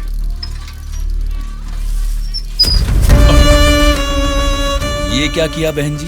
क्या देख के पता नहीं चल रहा कचरा है? हाँ वो तो पता चल रहा है, लेकिन कचरे की सही जगह तो कूड़ेदान होती है ना। तो आपने ये कचरा कूड़ेदान में डालने की बजाय यहाँ सड़क पर क्यों फेंक दिया? हमेशा कूड़ेदान में ही डालती हूँ, आज ही जस्ट मिस हो गया। वो अच्छा, अंग्रेजी बोलना जानती हो, लेकिन ये नहीं जानती कि कचरे को कूड़ेदान में डालना चाहिए। ये सब करने से ही बीमारियाँ फैल रही हैं और इंसान बीमार होते जा रहे हैं। जरा उधर देखिए, कूड़ेदान में पूरा कचरा भरा हुआ है। उसे निकालने वाला म्युनिसिपैलिटी से कोई भी दिखाई नहीं दे रहा। 1 हफ्ते से बोल रहे हैं कि आएंगे, लेकिन अभी तक कोई नहीं आया। और तुम कह रहे हो कि मेरे कचरा फेंकने से बीमारी आ जाएगी? हाँ? तेरी बात से ना दुनिया बदले, तेरी चीख किसी तक ना पहुँचे, नाराज न तेरा बल ही है तेरा साथी, दब के न रहो, विश्वास है तेरी डोले, डर के न रहो, उम्मीदें तेरे दिल में उठ के न रहो, जज्बात है तेरे रग में। Hello, municipality office. कौन बोल रहा है? नारायण स्वामी जी है क्या? अरे आपको कैसे पता चला? फोन में कैमरा लगाया हुआ है क्या? वो कुछ नहीं सर, हमारी गवर्नमेंट ऑफिस में जब लैंडलाइन बजती है तो वो आप ही का फोन होता है सर। बोलिए। सौंदर्य कॉलोनी में कूड़ेदान पूरा भर गया है बेटा, सारी कॉलोनी में बदबू फैल रही है, इसे जल्द से जल्द साफ करो। ओ ऐसा क्या? उसे साफ करने का काम हमारा नहीं है, प्राइवेट वालों को कॉन्ट्रैक्ट दिया है। क्या कहा? कचरा उठाने का काम भी प्राइवेट लोगों को दे दिया है? तो फिर आप क्या कर रहे हैं? आप जैसे लोगों के सवालों का जवाब दे रहे हैं नारायण स्वामी। ठीक है, उस कॉन्ट्रैक्टर का नंबर दो। हेलो, कॉन्ट्रैक्टर गंगाधर जी हैं क्या? हाँ बोल रहा हूँ।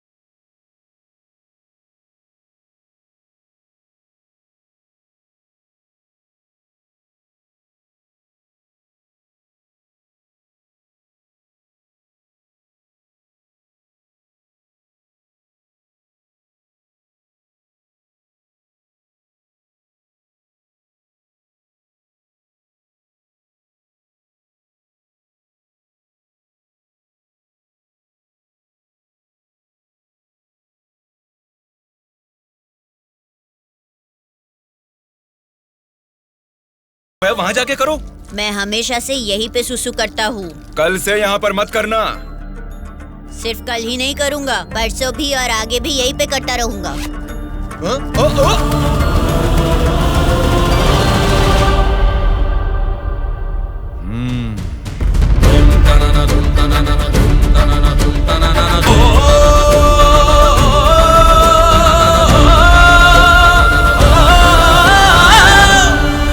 क्या हुआ? क्यों नहीं पेशाब किया?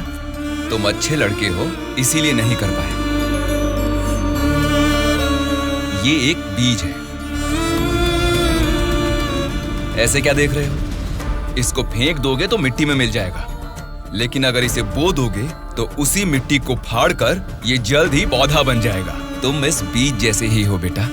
ये बीज एक बड़ा वृक्ष बनेगा, खाने को फल देगा। अगर नहीं भी दे पाया तो कम से कम 10 लोगों को छांव देगा, बारिश लाएगा। अगर तुम इसे बो दोगे तो ये बीज बड़ा होके तुम्हारे बाद भी तुम्हारा नाम रोशन करेगा। अब इसे बोना है या फेंक देना है, तुम्हारी मर्जी है।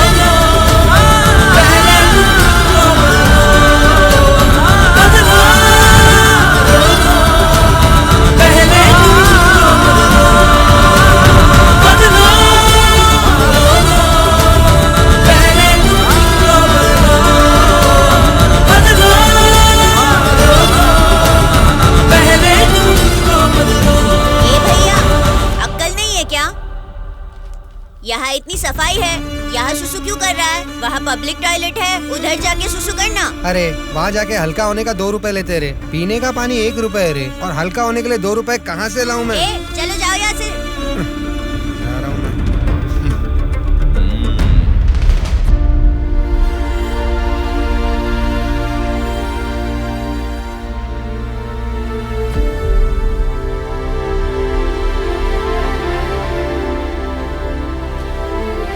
बेटा, राष्ट्रीय झंडे को उल्टा नहीं लगाते, गलत बात।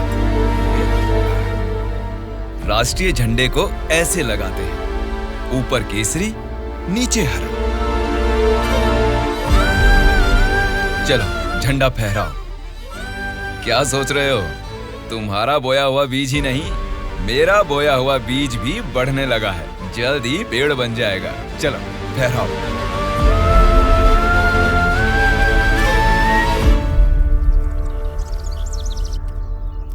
तुम्हारे माँ बाप कौन हैं? क्या करते हैं वो? मेरे माँ बाप गांजे का ना धंधा करते थे। पुलिस की पिटाई की वजह से मेरे पापा नहीं रहे और मेरी माँ जेल में है। तो मतलब तुम पढ़ते नहीं हो क्या? पहले पढ़ता था, मेरी माँ ने पढ़ाई बंद करवा के बोला कि गांजे के धंधे में लग जाओ, इसलिए उन्होंने मुझे स्कूल से भी निकलवा दिया। अब मैं स्कूल जाके नहीं पढ़ सकता। मैं पढ़ाऊंगा तो पढ़ोगी? हाँ पढ़ूंगा।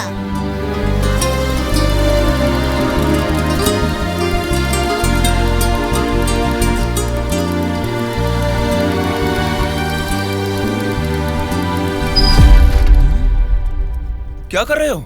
स्कूल के बच्चों को दारू बेचना गलत बात है, वो भी इतने छोटे बच्चों को। 18 से कम उम्र वालों को दारू नहीं बेचनी। पता है ना तुम कानून का उल्लंघन कर रहे हो। कौन मैं? कानून की आंखों पर तो पट्टी बंदी है। पट्टी निकालो और अपने पीछे जेब में डाल दो। सिगरेट की दुकान स्कूल के बाजू में हो सकती है, मेरी वाइन शॉप नहीं हो सकती। मैंने कानूनन लाइसेंस लेके ये शॉप यहाँ खोली है। वैसे ही धंधा नहीं होने से हम परेशान हैं, और तुम यहाँ आकर उपदेश देकर टाइम और धंधे की वाट लगा रहे हो। पढ़ाई करने वाले बच्चों को ही नहीं, पैसा मिलेगा तो दूध पीने वाले बच्चे को भी दारू बेचूंगा मैं, समझा तू? मेरा धंधा ही धर्म है। एक तो गलत काम कर रहे हो, ऊपर से चिल्ला रहे हो। हाँ चिल्लाऊंगा, क्या कर लेगा तू?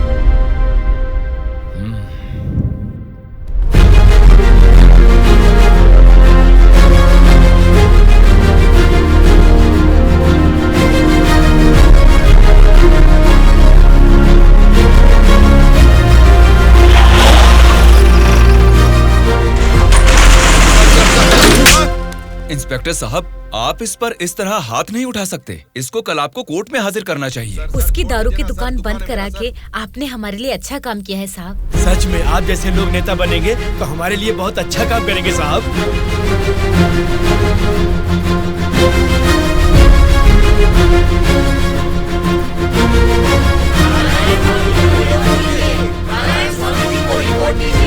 उस दिन जनता ने नारायण स्वामी को बहुत अच्छी मेजॉरिटी से जिताया था। जनता से इतना प्यार पाने के बाद उनके सुख दुख जानने के लिए वो हर एक चौखट पर गए। तभी उनको पता चला कि उनके क्षेत्र से गुजर रही गोदावरी नदी का पानी ना तो जनता को सिंचाई के लिए और ना ही पीने के लिए मिल रहा है। उन्होंने इस मामले को लेकर सरकार की नाकामियों के खिलाफ आवाज उठाई।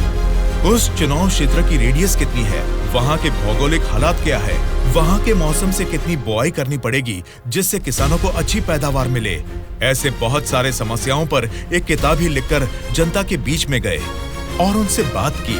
सच कहूँ तो आज मैं नहीं जीता, बल्कि मुझे जिताकर आप सब ने लोकतंत्र को जिताया है। इस बदलाव से देश की राजनीति में एक नई शुरुआत होगी। मेरे हाथ में जो किताब देख रहे हैं, इसमें हमारे चुनाव क्षेत्र की कमियों, आप सभी की जरूरतों और उनको मैं कैसे पूरा कर सकता हूँ, इसमें मैंने ये सब लिखा है। आज से ये हमारे चुनाव क्षेत्र का संविधान है।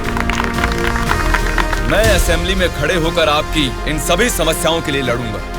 मैं आने वाले 5 सालों में हमारे चुनाव क्षेत्र की गतिविधियां बदलने के लिए भरी असेंबली में पूरी सच्चाई के साथ लड़ूंगा, और ये मेरा आप सबसे वादा है।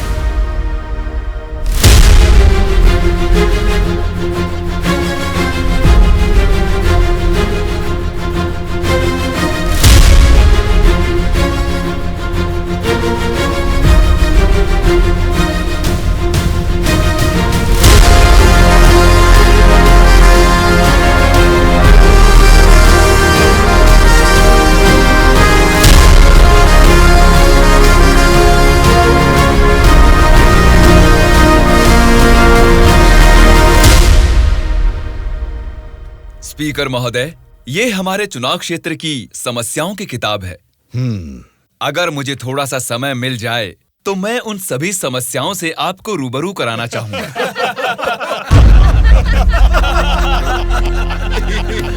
अरे आप लोग हंस क्यों रहे हैं? मैंने कोई कॉमेडी की है क्या? नहीं ना, हंसना बंद कीजिए। अध्यक्ष महोदय, नारायण स्वामी जी को देखकर ऐसा नहीं लगता कि असेंबली में आए हैं, किताब लेकर स्कूल में पढ़ने आए हैं ऐसा लगता है। अरे ये आप क्या कह रहे हैं? इसमें हमारे चुनाव क्षेत्र की समस्याएं लिखी हैं।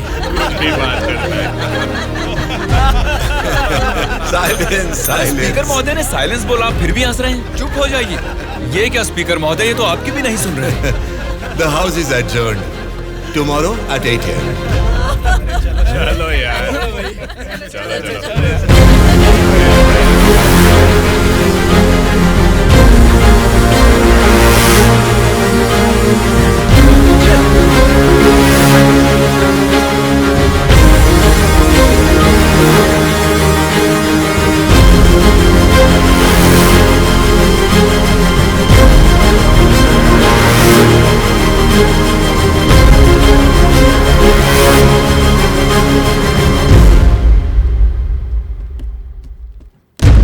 भास्कर रेड्डी जी, आज का अधिवेशन आपसे शुरू करते हैं।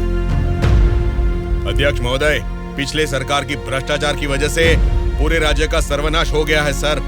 क्यों सर्वनाश हुआ है उसकी वजह बता रहा हूँ अध्यक्ष महोदय। प्रचार तो राम राज्य का हो रहा था, लेकिन राज्य में राक्षस राज्य हो गया है अध्यक्ष महोदय, इसलिए इस तरह बात करनी पड़ रही है। ये क्या बोल रहे हो तुम? हमारी सरकार को राक्षस की सरकार बोल रहे हो? मुंह पे जुबान है तो क्या कुछ भी बोलोगे भास्कर रेड्डी? आगे के 5 साल तुम सत्ता में कैसे रहोगे ये मैं भी देखूंगा। तुम क्या देखोगे? मुंह बंद करके बैठो, नहीं तो बैठ जाएंगे। क्या कर लोगे तुम? मैं क्या करूंगा? हमारी मेजोरिटी कितनी है पता है ना? 100 लोग हैं। अगर हम चाहेंगे तो तुम में से एक भी असेंबली को छोड़कर नहीं जा सकता। हाँ, कुरुक्षेत्र में कौरव भी 100 ही थे, याद है ना? लेकिन अंत में क्या हश्र हुआ उनका? हमने भी हाथ में चूड़ियां नहीं पहन रखी। बहुत बोल चुके हो तुम, अब बैठ जाओ। तुम कौन होते हो हमें बिठाने वाले? तेरे सामने ही बोल रहा हूँ, अगर हमें गुस्सा आ गया ना तो असेंबली छोड़ के कोई भी बाहर नहीं जा पाएगा, कह रहा हूँ। साइलेंस। क्या कह रहे हो? नहीं जा पाएंगे मतलब मारोगे हमें? दम है तो आ जाना, देखते हैं। ये क्या रे, हम लोग कुछ बोलते नहीं इसलिए सर पे चढ़ गए। तब से तुम ही हमें उकसा रहे हो। हमें उकसाएगा और हम भड़केंगे भी नहीं। हम क्या घूंघट ओढ़ के बैठे हैं? हिम्मत है तो हमको रोक के दिखा। जोश देखना है तो फिर आ जाओ, इधर का इधर ही फैसला कर देते हैं। आ जाओ, आ जाओ, आ जाओ। मैं तो आ जा। बैठ जाइए आप लोग, बैठ जाइए, शांति रखिए। भास्कर रेड्डी जी, मैंने साइलेंस बोला ना, कंट्रोल रखिए। साइलेंस, आप सब लोग बैठ जाइए। साइलेंस। 1 घंटे के लिए सभा को स्थगित करता हूँ। भद्राचलम चुनाव क्षेत्र के एमएलए नारायण जी को मैं बात करने के लिए अनुमति देता हूँ। महोदय, आज इस सभा में मैं इन सभी के सामने एक बात बोलना चाहता हूँ। प्रोसीड। महोदय, यहाँ बैठे सभी लोग जनता के प्रतिनिधि हैं। जनता ने वोट दी इसीलिए ये जीते। वोट देने वाली उस जनता के बारे में कोई बात ना करके इस सभा में एक दूसरे को कोसना, झगड़ा करना अच्छी बात नहीं है साहब। देखा जाए तो ये बेशर्मी है। अध्यक्ष महोदय, नारायण स्वामी जी अपनी मर्यादा का उल्लंघन कर रहे हैं। जनता ने आंख बंद करके वोट डालकर हमें नहीं चुना है। अध्यक्ष महोदय, इनकी मजाल तो देखिए, हमें बेशर्म बोलता है। इस बात के ऊपर तो नारायण स्वामी जी को तुरंत हमसे यहाँ क्षमा मांगनी चाहिए, अभी के अभी।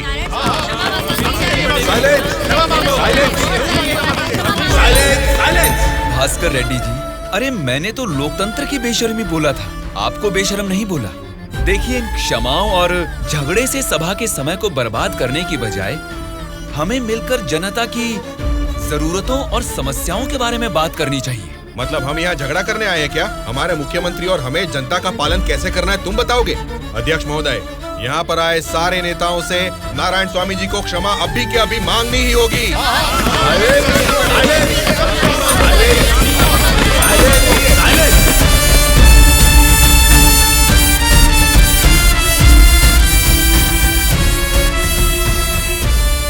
उनके बर्ताव से तुम क्यों दुखी हो रहे हो? सब ठीक हो जाएगा साहब, एक बार फिर आपको बोलने का मौका जरूर मिलेगा साहब। गूंगे को माइक पकड़ा देंगे तो कुछ फायदा थोड़ा ही होगा। जितने भी मौका देंगे होने वाला कुछ नहीं है। सोच समझ के तो बात ही नहीं कर पाता है ये। बोलू, क्या बात कर रहा है तू? पागल हो गया है क्या? मुंह बंद करके यहाँ से निकल जा, जा। उसकी बातों का बुरा मत मानिएगा साहब। उसने कुछ भी गलत नहीं कहा सुबैया। तुम उसकी बातों में गुस्सा देख रहे हो और मैं उन बातों के पीछे छिपी वजह।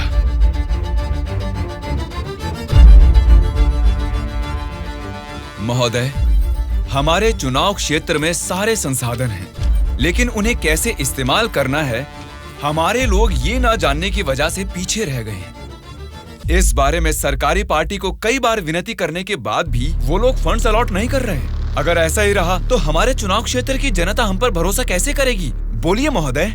नारायण स्वामी जी, आपके चुनाव क्षेत्र की जनता की समस्या के बारे में अगली बैठक में जरूर चर्चा करेंगे। अब बैठ जाइए। स्पीकर महोदय, अभी तो मैंने बस अपनी बात रखनी शुरू ही की है और आप मुझे बैठने के लिए बोल रहे हैं। नारायण स्वामी जी, प्लीज आप बैठ जाइए। श्रीनिवास जी, आप बात कीजिए। अध्यक्ष महोदय, इस सभा में सभी को बोलने का अधिकार है। मुझे अपने चुनाव क्षेत्र की समस्याओं के बारे में बात करने दीजिए। प्लीज नारायण स्वामी जी, आप बैठ जाइए। कम से कम मुझे 10 मिनट तो बोलने दीजिए महोदय, विनती है। श्रीनिवास जी, आप अपनी बात रखिए। स्पीकर साहब, सीएम के राज्य में राज की हालत देखेंगे तो द्वापर युग का मानो राम राज्य वापस आ गया हो महोदय। ये बात मैं नहीं कह रहा हूँ, स्वयं जनता जनार्दन बोल रही है महोदय। स्पीकर साहब, राम ने राज किया त्रेता युग में, द्वापर युग पाला है श्री कृष्ण जी ने। पहले ठीक से इतिहास को जान लें, फिर बात करें। बोला था ना, गूंगे को माइक थमा देने से कुछ नहीं होने वाला। देख लिया, नेता तो ऐसा होना चाहिए जिसके सदन में बोलने से सब थर थर कांपे, सबकी धज्जियां उड़े, जरूरत पड़े तो वो लड़ने पे आ जाए। ये सारे गुण होते हैं सदन के नेता के। और हमारे इस नेता को देखो, इनमें एक भी ऐसा गुण नहीं है। हम सभी लोगों ने अपनी पढ़ाई लिखाई बंद करके आपको इलेक्शन जितवाया था। किस लिए? ताकि हम सब लोग बेरोजगार बैठे रहे, कुछ ना करें। लेकिन आपको देख के तो लगता नहीं है कि आप हमारी समस्याओं को दूर कर पाएंगे। ऐसा बोल रहा हूँ बोल के कुछ गलत मत समझिए।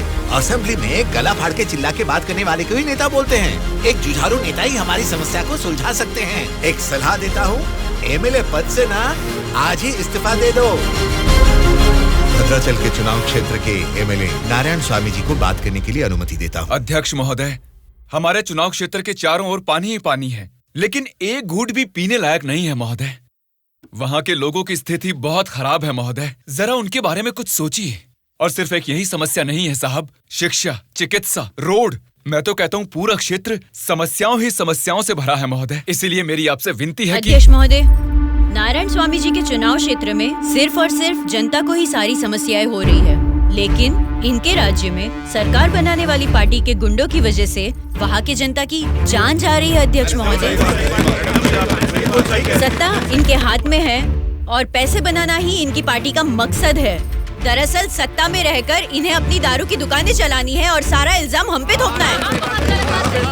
अध्यक्ष महोदय, हम सिर्फ दारू की दुकान ही चला रहे हैं साहब। ये विपक्ष के लोग जब सत्ता में थे तब सीधा ब्रोथेल हाउस ही चला रहे थे। हाँ साहब, ये सही कह रहा हूँ मैं। जरा उनको देखिए, बोलते कुछ है, करते कुछ और है। देखिए सर, ये कैसी बातें कर रहा है, कितना गिरा हुआ आदमी है ये। अध्यक्ष महोदय, साइलेंस, साइलेंस। मैंने क्या गलत कह दिया अध्यक्ष महोदय? ये रमा देवी कौन है, क्या चरित्र है इनका? एक जमाने में रेड लाइट एरिया में उन्होंने क्या गुल खिलाए हैं सब जानते हैं।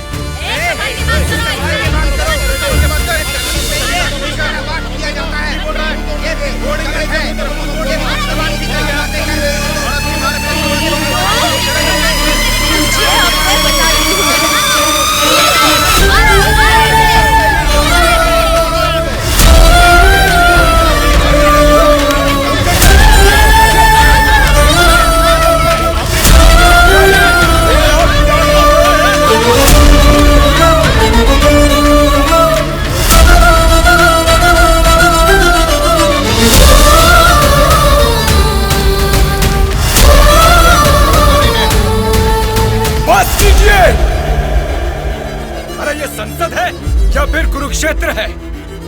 शर्म आनी चाहिए तुम सबको। सरकारी पार्टी को जवाब देना है, विपक्ष की पार्टी को सवाल करना है। आप सब देखिए क्या कर रहे हैं। क्या इसीलिए जनता आप लोगों को जिता के यहाँ तक भेजती है? जनता को बदलना है, जनता बदलनी चाहिए, तब से यही सब चिल्ला रहे हैं। 5 करोड़ की जनता में से सिर्फ 299 लोग ही यहाँ आए हैं। मतलब बदलना जनता को नहीं है, बल्कि हमें बदलना चाहिए।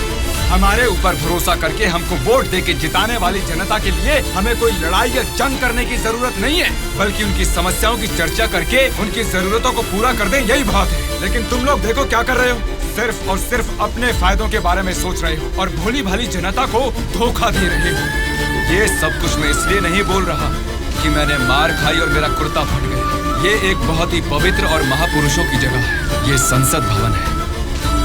देखा जाए तो यहाँ पर आप जैसे लोगों के लिए कोई स्थान नहीं है। यहाँ पर सिर्फ साहसी, सच्चाई का साथ देने वाले ईमानदार लोग ही आने चाहिए। जब ऐसे लोग इस संसद भवन में आने शुरू होंगे, सिर्फ और सिर्फ तभी इस राज्य और देश का भला हो सकता है।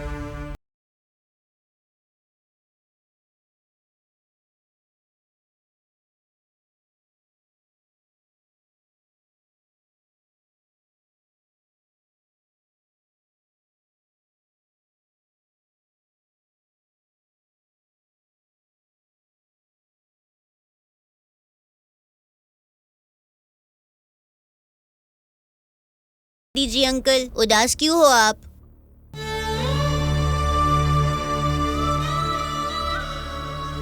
मैं हार गया। जनता से वादा करके उसे ना निभाने वाला नालायक बन गया मैं। क्या हो गया अंकल, आप ऐसे क्यों बात कर रहे हैं?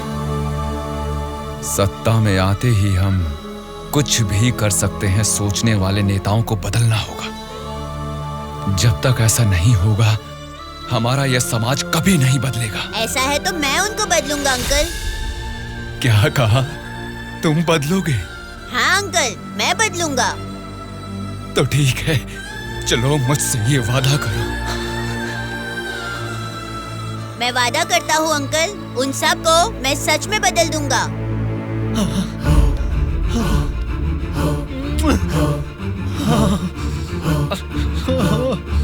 बदलना है, तुमको ही बदलना है, तुम ही बदलोगे।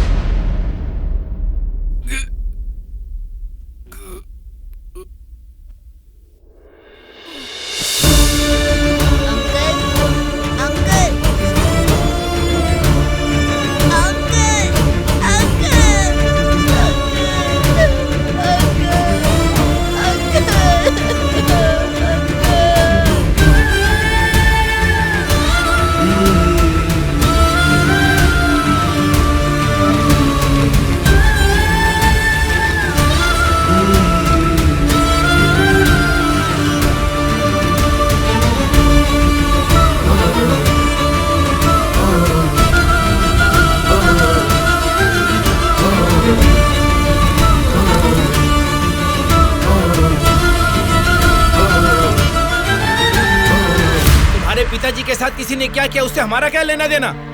हम लोग जनता की सेवा करने वाले हैं, हमें यहाँ बुलाकर तकलीफ देना ठीक बात नहीं है। जनता की सेवा?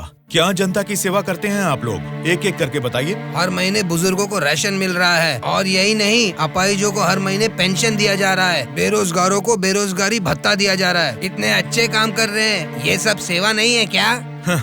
जनता की सेवा करने का मतलब टाइम पर राशन का चावल और दाल देना है क्या? नहीं ना। 20 साल के लड़के को बेरोजगारी भत्ता क्यों देना? वो मेहनत नहीं करेगा क्या? 2 एकड़ जमीन वाले किसान को राशन क्यों देना? वो फसल उगा नहीं सकता क्या? आप लोगों की मेहनत करने की काबिलियत को मारकर उनकी पैदावार करने की क्षमता को बुरी तरह कुचल रहे हैं। जिस दिन आप लोग जनता को मुफ्त की चीजें देने के बजाय उनको ये बताएंगे कि मेहनत करना ही बेहतर है, उसी दिन आप लोग जनता की सच्ची सेवा कर पाएंगे सर। मतलब हम पर बिना यकीन के जनता हमको जिता रही है। आपका नाम मारुति राव है ना? हाँ हाँ। आपका चुनाव क्षेत्र रामापुरम है ना? सही कहा, रामापुरम ही है। आपके रामापुरम के बारे में आप क्या जानते हैं, थोड़ा बताएंगे सर? क्या रखा है रामापुरम में? 4 वार्ड है, 6 सरकारी अस्पताल है और 20 प्राइवेट अस्पताल है। उसके बाद 12 सिनेमा घर और 130 वाइन शॉप है। इसके अलावा अलग अलग क्षेत्र के लोग हैं, अलग अलग जात के लोग हैं और अलग अलग धर्म के लोग हैं। बाकी ओसी कास्ट तो सब कुछ मिला जुला के 1 लाख। इनके अलावा BC SC ST ये सब मिला के 2 लाख वोटर हैं। उतना ही नहीं, फिल्म डायरेक्टर सुकुमार जी और हीरोइन अंजलि जी दोनों यही पैदा हुए थे। कुंडली निकालोगे क्या? Nice information sir. उसी रामापुरम में जहाँ हजारों किसान रहते थे, अब कुछ गिनती के ही क्यों रह गए हैं सर? मुझे नहीं मालूम, किसानों के बारे में हम इतना कुछ नहीं जानते। तुम बोलो, तुम्हें मालूम है तो? रामापुरम की पूरी वोटरों की गिनती है 4,80,000। उनमें पुरुष है 2,50,000, स्त्रियां है 2,28,000। बाकी लोग हैं थर्ड जेंडर। वहाँ बारिश और पानी की सुविधा ज्यादा होने के कारण धान और गन्ना जैसे फसलों के लिए वो जमीन अनुकूल है। अब हम प्रॉब्लम की बात करेंगे। रामापुरम मेन सेंटर में एक बड़ी डंपिंग यार्ड है और वहाँ के रोड्स के बारे में हम आपको जितना कम बताएं उतना ही अच्छा है। ये सरकारी पार्टी की एमएलए है, आपकी पूछताछ सही है, लेकिन हम तो विपक्ष के हैं ना, हमें इनके साथ क्यों उठा के लाए? एक विपक्षी पार्टी होने के नाते आपको गवर्नमेंट का सपोर्ट नहीं है, लेकिन आवाज उठाने के लिए असेंबली तो है ना। समस्याओं पर वहाँ क्यों नहीं बात करते? जनता ने वोट देकर आपको असेंबली इसलिए भेजा क्योंकि उनको यकीन था कि उनकी कुछ भलाई होगी, लेकिन पेट्रोल के बढ़ते रेट की आपको परवाह नहीं, बढ़ते ब्याज की आप बात ही नहीं करते। किसानों की आत्महत्या आप लोगों के लिए कोई मुद्दा ही नहीं है। बदलना है, अपने सोचने का ढंग बदलना है, हमारे बर्ताव का तरीका बदलना है। हमें बदलने को बोल रहे हो, ठीक है, जनता की क्या बात है? वो नोट लेके वोट नहीं दे रहे क्या हमें? उनको क्या बोलोगे? पैसे लेकर वोट डालना आखिर जनता को सिखाया किसने? आप जैसे नेताओं ने ही ना। वोट पर नोट की आशा रखने वाले ही नहीं हैं, वोट का इंसाफ चाहने वाले लोग भी हैं। आप क्या करते हैं? ऑटो चलाता हूँ। तो फिर ये पोस्टर क्यों चिपकाया है? नारायण के लिए इतना भी नहीं करेंगे तो अच्छा नहीं लगेगा। ऐसा क्यों? नारायण जी से आपको इतना लगाव किस लिए? वो हमारी तकलीफों को समझता है। वो सत्ता में आएगा तो बहुत लोगों को काम मिलेगा, हमारे गांव की तरक्की होगी। इतना भरोसा है? बिल्कुल भरोसा है। अगर उसने वादा कर दिया तो करके ही दिखाएगा। जब हमारे एमएलए चिनकोटा जी को अरेस्ट किया गया था, मेरे पति ने उनको छुड़ाने के लिए धरने पर पेट्रोल से खुद को जला लिया था। तो चिनकोटा जी ने क्या किया था? वे बोले थे कि सरकार में आते ही बात करके पैसा दिलाएंगे। मिला क्या? उन्होंने जबान दिया था, वादा तो वादा ही होता है ना। आपके दिए गए वादे जनता के सामने सिर्फ कहानियां बनकर रह गई हैं। कम से कम अब तो बदल जाइए। पार्टी बदलने के एजेंडा जैसे नहीं, जनता की तकदीरें बदलने वाले एजेंडा बन जाइए। अगर अब भी आप लोग नहीं सुधरोगे और ऐसा ही करते रहोगे तो यहाँ से कोई भी जिंदा बाहर नहीं जाएगा। सूर्या, इनको समझाने का कोई फायदा नहीं है, ये लोग ऐसे ही रहेंगे। मेरी बात मानो, सबको मार डालो। अरे रुको भाई रुको। ब्रदर, अगर आपको मारना है तो हमें मार दीजिए, लेकिन मरने से पहले हम सब बदलना चाहते हैं। हमको एक चांस तो दीजिए। इतने दिन जनता के पैसे कैसे लूटना है यही सोचते थे, अब एक मौका दे दो हमें। जनता के पैसे को जनता तक लौटाना है यही सोचेंगे। अब उस नारायण स्वामी के सपनों को हम सच करके दिखाएंगे। उसका नाम है सूर्या। ऑलरेडी एक मर्डर केस में वो सजा काट रहा है। सत्ताधारी पार्टी की सपोर्ट से वो जेल से बाहर निकला है। बहुत शातिर है वो। बड़ी होशियारी से वो दोनों पार्टियों के एमएलए को किडनैप करके लेके गया है। उसका प्लान क्या है, उसने क्यों किडनैप किया है, उसके सिवा और किसी को पता नहीं है। समझ गया सर। वो जहाँ भी हैं, सब एमएलए को सेफली लाने की जिम्मेदारी मेरी।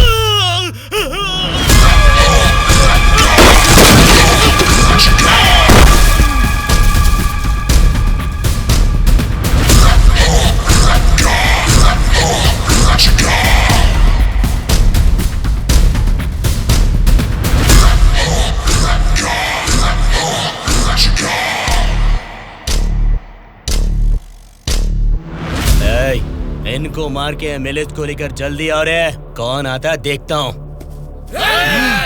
रुक जाओ।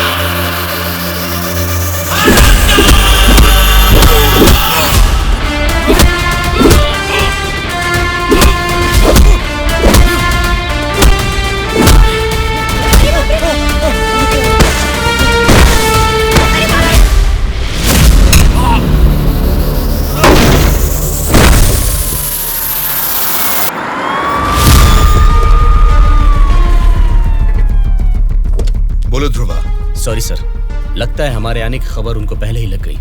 What? हाँ सर, जब तक हम पहुंचे वो सब एमएलए को लेकर यहाँ से चला गया। तो अब क्या होगा?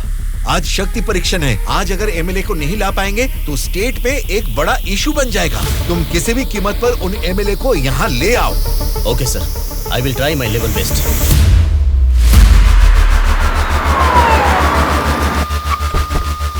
ये लीजिए मैडम फाइल, सबके दस्तखत हैं इसमें। हमारी गवर्नमेंट को सपोर्ट करने वाले एमएलएस की list sir. Go ahead, wish you all the best. Thank you sir. Welcome.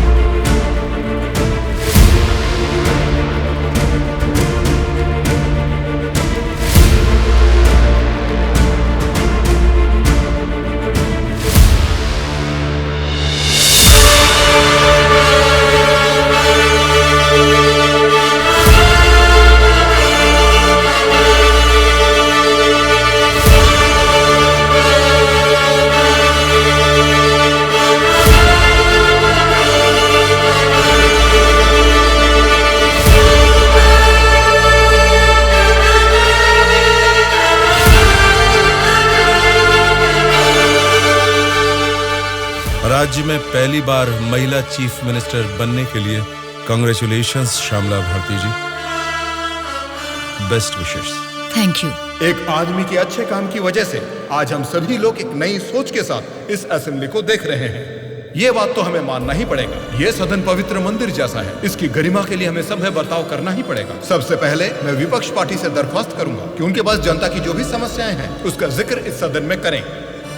अध्यक्ष महोदय, असेंबली का सत्र चालू होने का आज पहला दिन है और पहले ही दिन विपक्ष पार्टी के सदस्यों को पहले बोलने का मौका देने के लिए मुख्यमंत्री जी को, स्पीकर साहब को मेरी तरफ से और मेरी पार्टी की तरफ से धन्यवाद देना चाहूंगा। पिछले 2 सालों में कोरोना महामारी ने जनता के जीवन को अस्त व्यस्त बना दिया है। जनता के स्वास्थ्य के बारे में अब समय आ गया है कि हम जाग जाएं। उसके लिए गरीब लोगों को इंसाफ दिलाने के लिए सारे विपक्ष की तरफ से मैं प्रार्थना करता हूं। इस मुद्दे पे मैं राज्य के मुख्यमंत्री श्यामला जी से दरख्वास्त करूंगा कि कुछ बोलें। अध्यक्ष महोदय, सबसे पहले बिना झगड़ा किए ऐसे अच्छे वातावरण में जनता की भलाई के लिए और उनकी उन्नति के लिए एक उपयोगी बिल को इस सभा में प्रस्तुत किया गया है, जिसके लिए विपक्ष पार्टी के नेता राम मोहन राव जी का और उनकी पार्टी का मैं अभिवादन करती हूँ। आम जनता को भी बेहतरीन इलाज मिल सके, फिर चाहे वो 10 रुपए का हो या फिर 10 लाख का, उनको मिलना चाहिए। इसी सोच को आगे बढ़ाते हुए आप सबके समक्ष इस फाइल पर मैं सबसे पहले दस्तखत करती हूँ।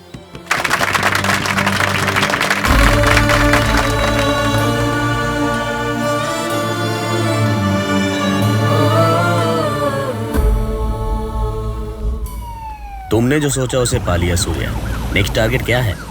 हमारे देश की तरक्की जो कोई भी रोक रहा है वो लोग ही मेरा नेक्स्ट टारगेट।